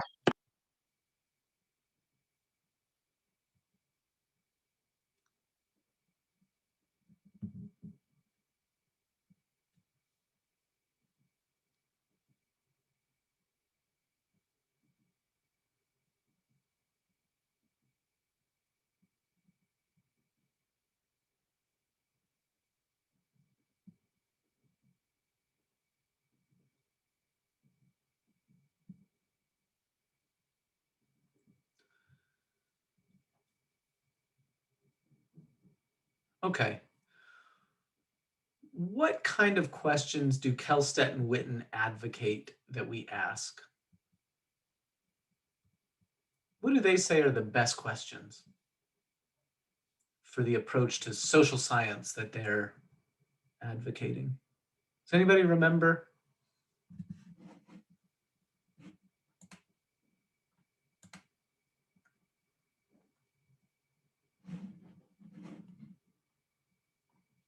Jasmine?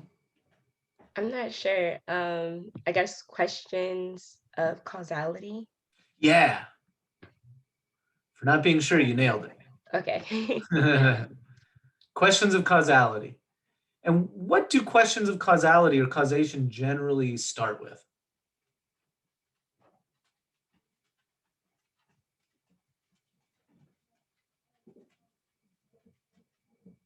Anybody?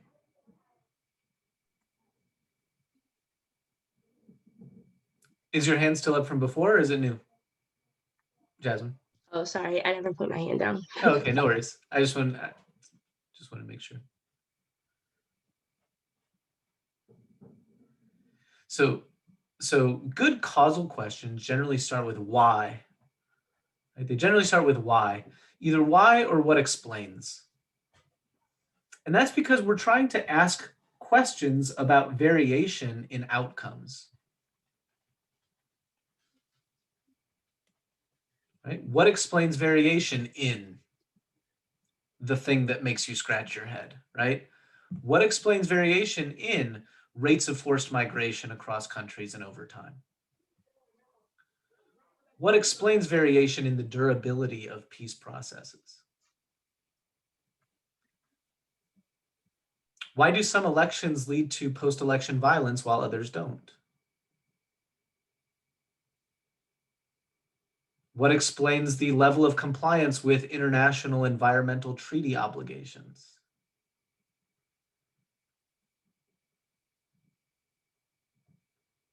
Why do some social movements reach a critical mass to bring about concessions from the government while others end in failure? Right? I'm asking there a whole bunch of why and what explains questions that are asking about variation in an outcome that we want to try to explain. So now go ahead and rewrite your question if you didn't ask a why or what explains question in that way. See if you can give it a go.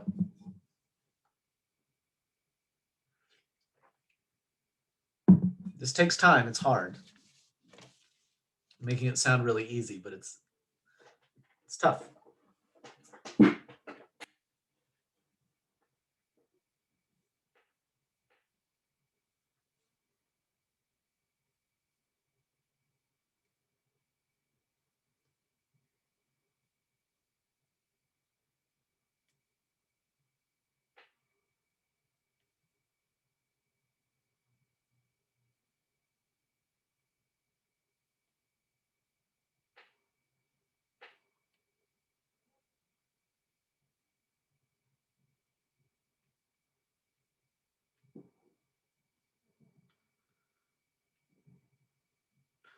So let me give you a few additional pointers on asking good research questions and the characteristics of good research questions, okay?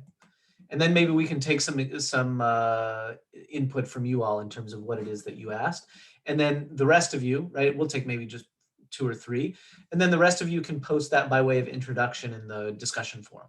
Okay, it would be really nice to just hear what questions you came up with.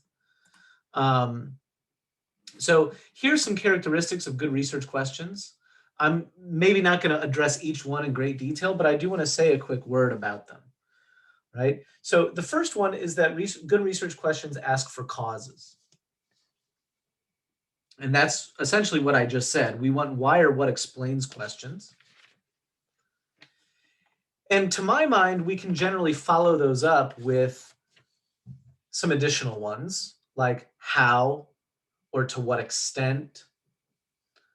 But generally, we want to ask those how or what to what extent questions after we've asked the why or what explains question. So for example, I said before, what explains variation in the duration of, or what was the question I asked on that front? It was something like, oh, let's just pick a different one. Why do some peace processes end in peace while others devolve back into conflict? In other words, what explains the success and failure of peace processes? And so I asked it in two different ways there. Now, notice that in neither of those questions did I assert a cause, right? I'm just asking what explains variation in an outcome.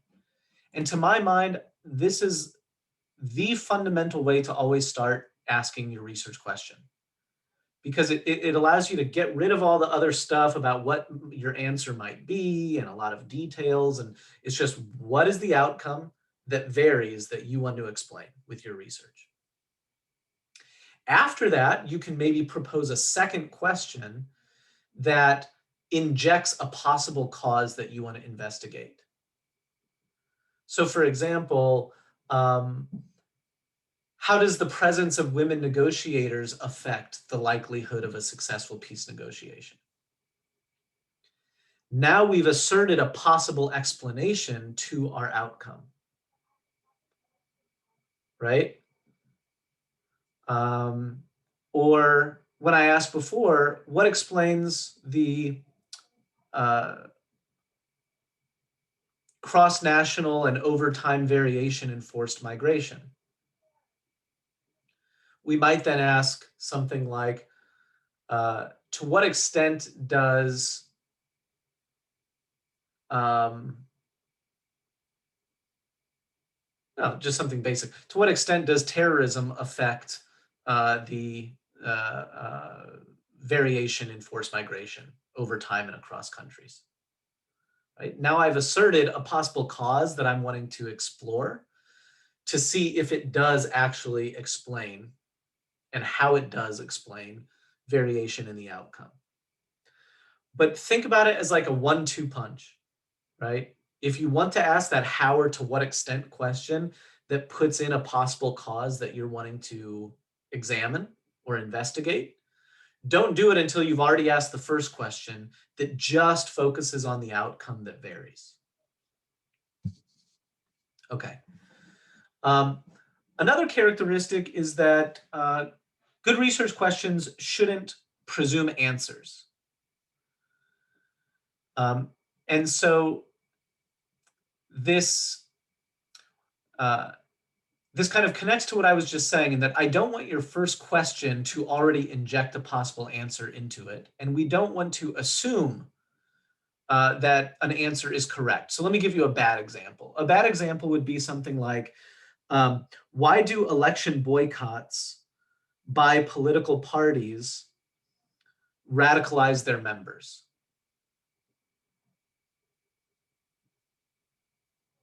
So it's good because it starts with a why. But the problem is, if we start with a why and we put a possible cause, then we're assuming that that cause does lead to the outcome. So if we say, why, what did I just say? Why do election boycotts by political parties radicalize their members? We don't know that election boycotts by political parties radicalize their members. That's why we need to collect data and analyze the question. So it's what leads to the radicalization of party members, or what explains variation in the radicalization or the ideological distribution of political party followers. That's question one. Question two then is the how or to what extent do election boycotts affect the radicalization? Okay, so that's point number two. Point number three, and we've already established this, but the dependent variable has to vary, right? We can't ask questions about things that are constant.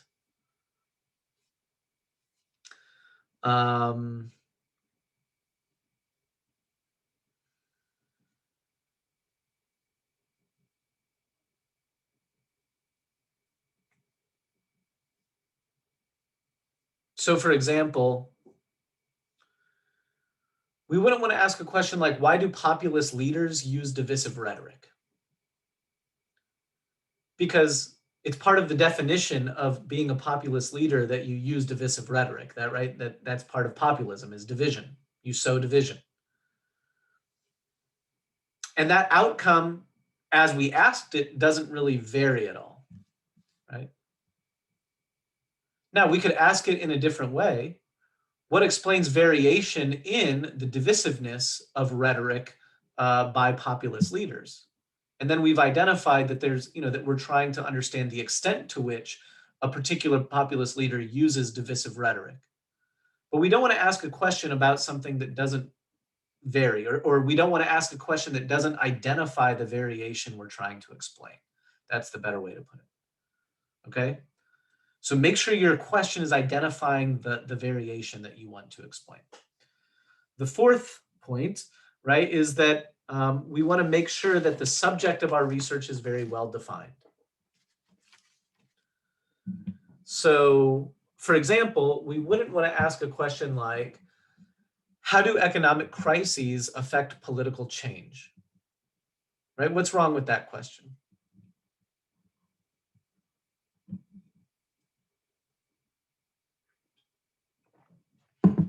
I said, how do economic crises affect political change? Jasmine. It's assuming that economic crises cause, I'm sorry, I can't, yeah, it's presenting, it's asserting causality. Okay, so it does do that. Yeah. And certainly it doesn't start with a why or what explains either, right? And so we have a couple of problems with the question from that, from the get-go. Let me come at it again. So let's just assume for a second that this is the second question, right? The first question is, what explains political change? And the second question tries to attach economic crises as the possible answer that we're exploring, like, how do economic crises affect political change? So take either of those questions. Both of them are bad, right? Why do some countries experience more political change than others? Or what explains political change? And then I asked the how question about economic crises doing so. What's bad about all of them? Camille? Aren't you already like prejudging your answer? Yeah, I think so. And I think that follows Jasmine's kind of critique that you're assuming that it does. What else is wrong with all of them? Because if we just ask what explains variation in political change, or why do some countries experience more political change than others, then we're not assuming anything, right? We're just asking about variation in an outcome, and that's all hunky-dory. What's still bad about it, Shannon? It's extremely broad. Like, I know you don't want to be too specific, but what kind of economic crises and what kind of political change? You can narrow that down just like at least a little bit. Right now, like you're looking at writing like hundreds of thousands of pages. That's broad. Yeah. I mean, political change is everything, and therefore it's nothing. We don't have a clear subject matter, a clear phenomenon of interest that we're really trying to explain. And so we need to be clearer about the outcome that we want to explain with our research. And so instead of saying, how do economic crises affect political change? We need to say, well, what do we mean by that? What do we mean by political change? What do we really want to focus on, right? And we could think of a billion different things, right? So we say, well, how do economic crises affect people's expression of their voting priorities, right? Now we have some tangible understanding of the kind of political change we're wanting to explain. So the overall point of this one is try to avoid vagaries. Ask yourself, well, what do I mean by that?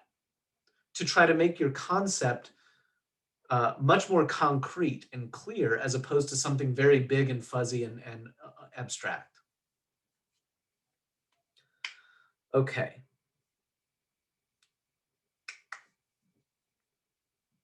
And then let me jump to the last one, and then we'll see a few examples. So the last one is we essentially can't answer questions through the empirical analysis of international affairs, right? Where we're essentially collecting data from observations of the world around us and then analyzing it. through a kind of quantitative approach. We can't do that with questions that are based in value judgments, right? We can't answer normative questions, excuse me, in this way. And so, you know, like a US foreign policy question, like, is the pivot to Asia a good idea? Or should the United States, you know, enact a pivot to Asia? It's a should question, or a question of whether it's good or not good. That's not an empirical question, it's a judgment question based on certain value assessments and assumptions. And so, of course, we could ask other research questions that have a bearing on whether it's a good idea or not. But at the end of the day, whether it's a good idea or not is going to be based on subjective judgments that people make based on philosophical, moral, cost-benefit analysis, or other kinds of judgments that just vary from person to person and aren't really kind of grounded in an empirical test of whether a hypothesis is supported or not with data. So all of those things are, I guess, pitfalls we want to be careful of when we're asking research questions. So let's look at just a couple of examples. In red, right, we have a very specific question. And in particular, real quick, I just want to make a distinction between big questions and specific questions. And eventually, as you do this, you're gonna start to figure out that there's kind of an art to knowing how you want to ask your questions at different levels of analysis, right? Or different levels of abstraction, let's say.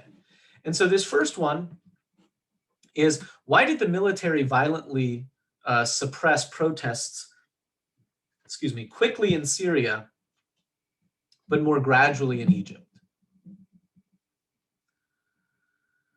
Okay, so that's an interesting question. The problem with that question is it speaks to only one, actually in this case, two cases, right? There are really only two observations or two cases allowed by that question. How quickly did the military get involved in Syria, and how quickly did the military get involved in Egypt, right? To squash the protests, essentially. And that's really, really interesting. And we could do case studies on those two different cases, examples, and come up with some interesting answers to that question. But in order to do a broader analysis, which is what we're looking for in quantitative analysis of international affairs, we want to pluck out the proper nouns and ask a more generalizable question. Right? As Kelstedt and Witten talk about, we really want to draw conclusions about bigger questions that speak to a broad class of events or issues, right? Not to some singular case or few cases. And so we can ask the bigger question that is really asking the same question, but just in a more generalizable fashion. What explains the timing of military intervention against mass uprisings? Right? Or alternatively, why do some military interventions against mass uprisings happen early while others happen later? Right? If you want to put it in a why format. We can ask another question, right? What explains the different levels of compliance to the Kyoto Protocol, the Montreal Protocol versus the Paris Climate Agreement?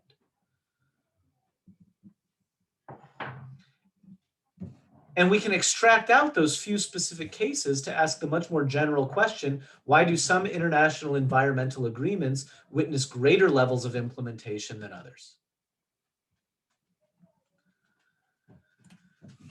Why am I doing this? And then Shannon, I'll come to you. Because I know that so many of you come into your graduate studies with specific cases of interest, right? You have specific countries or regions or events or periods of time or things that have occurred, right? That really brought you into the field of international affairs in the first place, or that really kind of represent a focus that you bring to a lot of your work, right? And you know a ton about them. And I want you to embrace that, but then I want you to grow it out. So that way you say, well, what is that an example of? What is that an instance of? What is that a case of in a much broader way? And then I want you to ask your question about that broader phenomenon. Shannon? So if we're broadening questions, then how does that change the stuff that you included in the paper? Like, do you then have to include a lot more different examples in your paper, or can you ask one of these broader questions and still just talk about these three different instances? Okay, so that's a great question, and I'll show you more about that next class. Okay. But, right, let's put it this way. The quantitative analysis of international affairs, or what we call, I think in more generic terms, large N research, okay, large N. N refers to the number of observations we have. Case studies are small n, right? So you might have a study that focuses on one case or that compares 3 cases, right? That's small n because it's a small number of observations. What happens when we do small n research? We focus very in depth on those few cases, because all of our attention is occupied by understanding in the fullest way possible what occurred in those few cases. We want to know them in a rich way, in their fullest context, right? And I think that produces a certain kind of knowledge that is really, really important. In quantitative study, right, where we do large N research, we're not going to do 1 or 3 or 5 or, 2 or 4 or 6 cases. We're not doing a small number of cases that we're trying to know intimately in their kind of fullest, richest way. Instead, we're going to shoot up 30,000 feet. And we're going to try to understand or know something about all the cases. Right? So we want to know something about all the cases of international environmental agreements. We want to know something about all the cases of military intervention against mass uprisings. And so we're asking our research questions not about cases, but about phenomena, right? That are essentially concepts, military intervention in, or against mass uprisings. International environmental agreements, right? These are phenomena and they vary according to some variable that we're interested in, right? Compliance or timing or success or what have you. And so when we shoot up that 30,000 feet, we're not looking at 1 or 2 or 3 or 4 or 5 cases. We're looking at hundreds, thousands, tens of thousands, hundreds of thousands. Right? It's kind of like the difference, just to put it into an American politics perspective about voting. It's kind of like trying to read Hillbilly Elegy to understand why people would vote for President Trump. Okay, in the 2016 election. You remember that after Trump was elected in 2016, everybody was like, we have to understand, people who voted for Trump, and they start, reaching out to Appalachia and, the kind of caricatured rural white evangelical voter. And they try to understand this kind of like humanness and this kind of in-depth, context-rich understanding of what, prompts that kind of thing. That's one approach. Another approach is to survey 10,000 people and to try to understand the demographic characteristics, the belief systems, all of the different factors that might influence one's voter preference, and to see if there are any general trends and patterns that correlate with voting for President Trump versus the alternative. And what that means is you're always going to have some observations that go against the trend, right? You always have some people who are not the typical caricatured version of the Trump voter and who are maybe the exact opposite, who nonetheless voted for President Trump. You are going to have cases where you have, you know, all the factors lined up for a particular outcome, but nonetheless, the outcome is the other one, right? Or a different one. Nonetheless, what we are trying to do with the quantitative analysis of international affairs in a large N framework, a large number of observations, is to look for general trends, general patterns that apply probabilistically, right? And so that's really what gives statistical analysis a kind of predictive value, right? Or it's kind of like analytical force, is we're saying, you know, all other things being equal, if you have, you know, higher GDP per capita, you're also more likely to be a democracy. You know, to go to the most generic comparative politics finding, right? That doesn't mean that there aren't poor countries that are democracies, or that there aren't countries that have high GDP per capita that are flawed democracies or even authoritarian systems. But generally speaking, that's a relationship that holds. And so then we try to figure out, well, where it doesn't hold, why not? And that's where we can do case studies and really learn some very, very interesting things. Right? That's not the only time we do case studies, right? But that's one nice thing. Where we figure out why do we have these deviant cases that buck the trend that we otherwise see. That was kind of an answer to your question, and it was kind of not. The other part to the answer to your question, just really, really quickly, is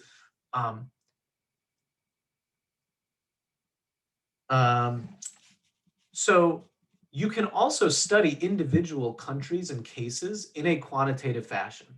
And to me, this was the thing, just if I can kind of give a little personal introduction here, that was one of the things that actually made me really interested in quantitative analysis and statistics when I had forsworn it at the beginning of graduate school. I took one math class in undergrad, finite math. I got a B, maybe a B minus. And then I said, oh, good, I'll never take a math class again. And then I had to take an intro to stats class in graduate school when I was working on my PhD. And I took it and I was happy to be done with it. I did fine, but like it wasn't my passion. So aside from teaching research methods and quantitative analysis, I do Middle East stuff, right? And I speak Arabic and I've spent years in the region, and I consider myself more of an area studies person. But what mattered to me a lot is in my second semester of graduate school, when I had to take a second class in quantitative analysis, that I could do a project on my own. And I had this epiphany that I don't know why I didn't make it before that, but that I could actually answer questions about specific countries that I was interested in a quantitative way to supplement the kind of on the ground, interview-based ethnographic and archival research that I was doing, but in a more generalizable fashion. How is that possible if you're doing a country study, but your unit of analysis, right? So let me not use that term yet. If you're doing a country study and therefore your number of cases is 1, well, you start to realize that you might be doing a single case study, but you have tons of observations within that case.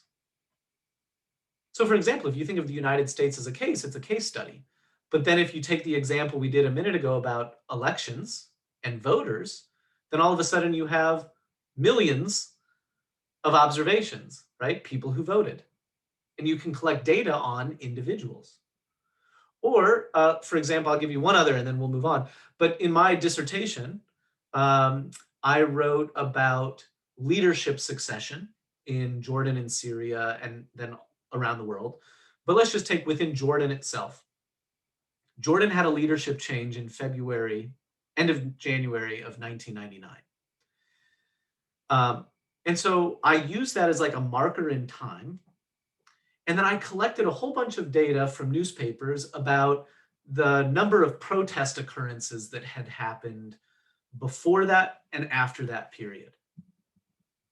And so now I have dozens and dozens and dozens, maybe even hundreds, of different kinds of protests, demonstrations, marches, petitions, riots, other things that occurred before January of 1999, and dozens of them after. And so now all of a sudden I have a data set with hundreds of observations of contentious political action, right, within one country. And my independent variable was the leadership succession that happened at that one moment in time. And my dependent variable was protest action. And I wanted to know, is there a significant difference in the protest action that happened before the leadership succession occurred and after the leadership succession occurred? And so even though I was doing a single case study and I had conducted interviews and done archival research, right, and all of this stuff, I could then also do a quantitative analysis of hundreds of protest events that happened over time to represent, as I said before, asking a question about variation in an outcome. In this case, variation in protest activity over time, right? And so those are just two examples: voters, protests, municipalities. In fact, let me just do one last example here. You could think about urban slums or refugee communities, right? These are subnational entities, things that happen within a case, of which there are many, many, many, right? So if you think about, like, why do some urban slum communities in India have greater access to public goods, like, clean water and roads and things like that, while others don't? What explains that variation? Well, depending on how you define an urban slum community, you might have dozens or hundreds or thousands within a country or countries. And you can do an analysis on that because you can measure variation in public goods provision across each of them as your dependent variable that varies. So that's a really great question, and sorry for the very long-winded answer, but I think it was a good opportunity.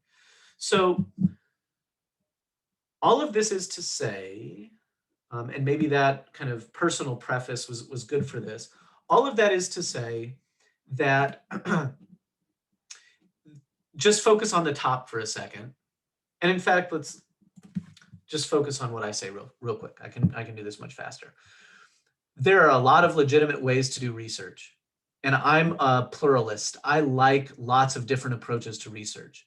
If you do small N case study approach, great. If you do large N quantitative analysis, great. If you do ethnographic participant observation discourse analysis, which is more like you find in anthropology and that kind of thing, great. If you do formal modeling and game theory, No, I'm just kidding. Great. Not my cup of tea, but great. It's still valid and fantastic. So I think, contributions to knowledge should be judged on their own merits, not based on how the scholar, researcher, analyst selected their tool, right? With that said, this class focuses on one flavor, right? One particular approach, and that is the quantitative statistical analysis of international affairs. So while I acknowledge that all of those are legitimate empirical approaches to analyzing international affairs, meaning they require observation of the world to draw conclusions about how the world works, we're doing the bottom portion, right? Quantitative statistical analysis. And so we are going to essentially just limit our scope. Now, we're going to move ourselves from descriptive statistics and descriptive inference to causal inference. What is inference? Inference is, how do we draw conclusions from data? Okay, so when we say inference, that's what we're talking about. How do we draw conclusions from data? And that requires analysis. I'm going to move us over the next weeks from descriptive inference to causal inference. So just very quickly, because I know we're running toward the end here. Descriptive inference is where we simply describe things. This is a just the facts, ma'am approach to data analysis, right? Describe characteristics of whatever your population is. So let's just take the world as our population, okay? How many terrorist attacks occur annually? We could do a frequency distribution where we simply say in 1997, there were this many. In 1998, there were this many. In 1999, there were this many, right? And on and on and on. That's a descriptive inference. We could provide, instead of a year over year number, we could simply provide the mean, the average, right? From 1990 to 2021, or whatever you mark as your beginning and end. This is the average number of terrorist attacks that occurred annually. That is a descriptive characteristic or a descriptive inference about terrorist attacks. And we could do the same about democracy, right? How many states in the world are democracies? I mean, we have to define states and we have to define democracy, but if we do both of those things, we can provide a number, and that is a descriptive inference, right? The next step to our process, and by the way, right, I know that sounds very like pathetic in some ways, or like, you know, very basic, but I'm going to show you later that descriptive inference is actually a very powerful thing, and it's really important to our storytelling. And I mean that in a serious way, right? Like storytelling about how the world works and what we know about it. Descriptive statistics are really powerful things. They're not as flashy and cool and as complex as, you know, multinomial logistic regression or something like that, right? Something complex. But nonetheless, they can be really, really powerful ways of making an argument. The next step is to identify relationships and patterns among those characteristics. Right? So if we put those things together, we might ask, do democracies witness greater numbers of terrorist attacks than non-democracies? Right? If we put those two together, we move in the direction of causality. We're not quite there yet. We have more steps to go, but we're starting to link a cause and an effect. And that's part of producing a theoretical model that Kelstedt and Witten talked about.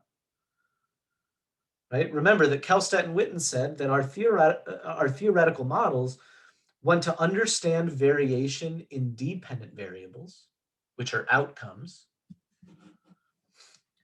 by developing theories about independent variables or factors that causally influence those outcomes. So, you know, you can think about it like, you know, X and Y. You always see this X arrow Y, right? Y is the outcome, X is the cause that you're proposing, and there's an arrow in between. And a good theory is going to put those two things together. So maybe democracy and terrorist attacks. Maybe you have a theory about why democracies experience greater or lesser amounts of terrorism than non-democracies. So putting those together and assessing whether there's a correlation between them moves us in the direction of causation, but we're not there yet, right? Causation requires more. It requires one thing that we can't even do with statistics, and that is telling a really good story of the arrow that connects those two things, right? What is your explanation of why democracies are more prone to terrorism than non-democracies?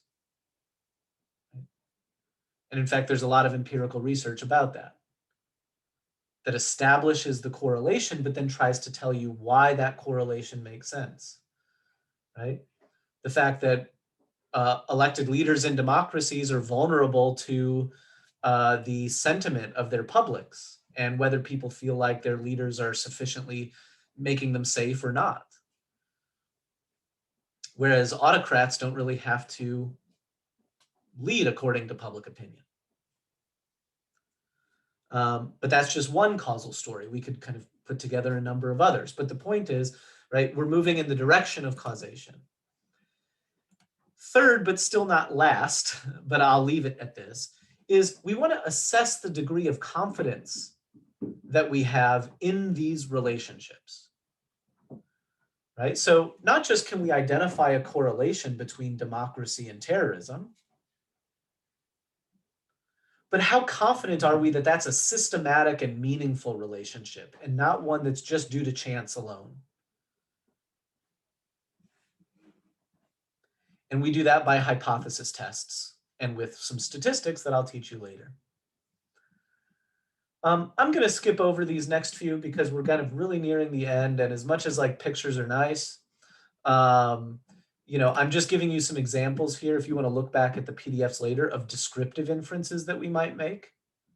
So just very, very, very quickly, right? We have the amount of, let's say, polarization, or we'll just call it polarization, or electoral division in the United States over time. And you see that in 1994, not too much division, 2004, not too much division, in 2014, quite a lot of division. Now, number one, that's something that we can really see much better with systematic collection and analysis of data than if we simply read the news headlines. Because trust me, when Newt Gingrich took the House Speaker's position in 1994, the country looked very divided. Right? In 2004, right after the Iraq War, as George W. Bush is running for re-election against John Kerry, if you look at just the headlines, the news headlines, looks like a lot of division. Right? And so it's very hard just by, you know, kind of finger to the wind, you know, assessment to try to understand the extent to which there is polarization or division.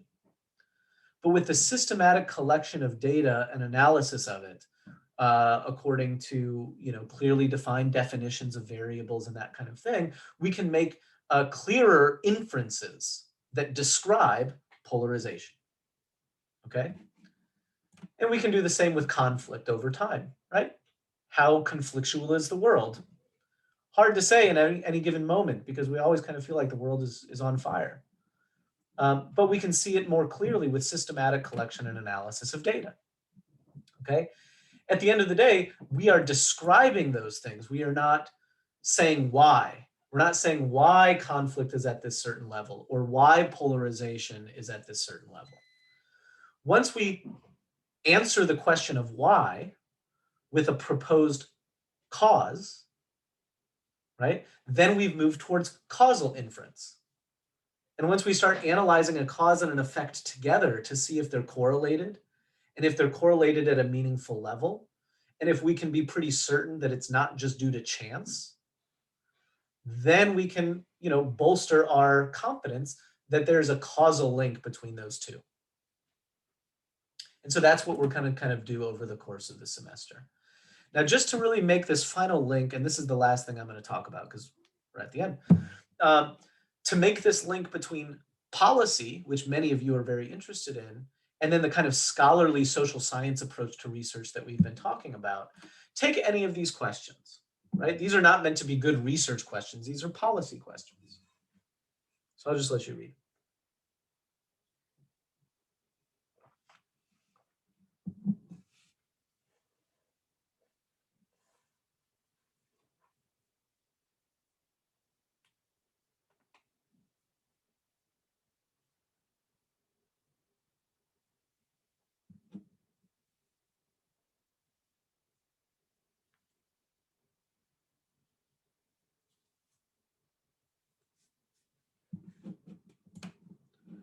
Okay, so the point is those policy questions are best answered. This is a claim I'm making. You can argue with me about this, right? But the claim I'm making is those policy questions are best answered according to evidence we have about cause and effect.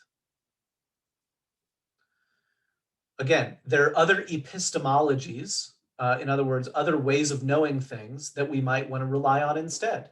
I told you about the elder statesman approach, right? In other words, this kind of feudalist idea that there are people who know things and people who don't, and we should just let the people who know things based on their experience or their social status or position tell us what to know. That's one approach, right? Another approach is a kind of cost-benefit assessment based on maximizing our own utility, right? A kind of self-interested view. Another approach is to make a philosophical or moral or normative judgment about what's best for the greater good, right?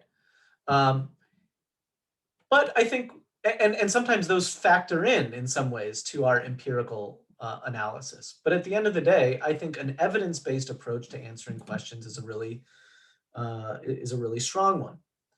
And so if you think the answer to any of those previous questions is yes, or even if you think it's no, the question would be why?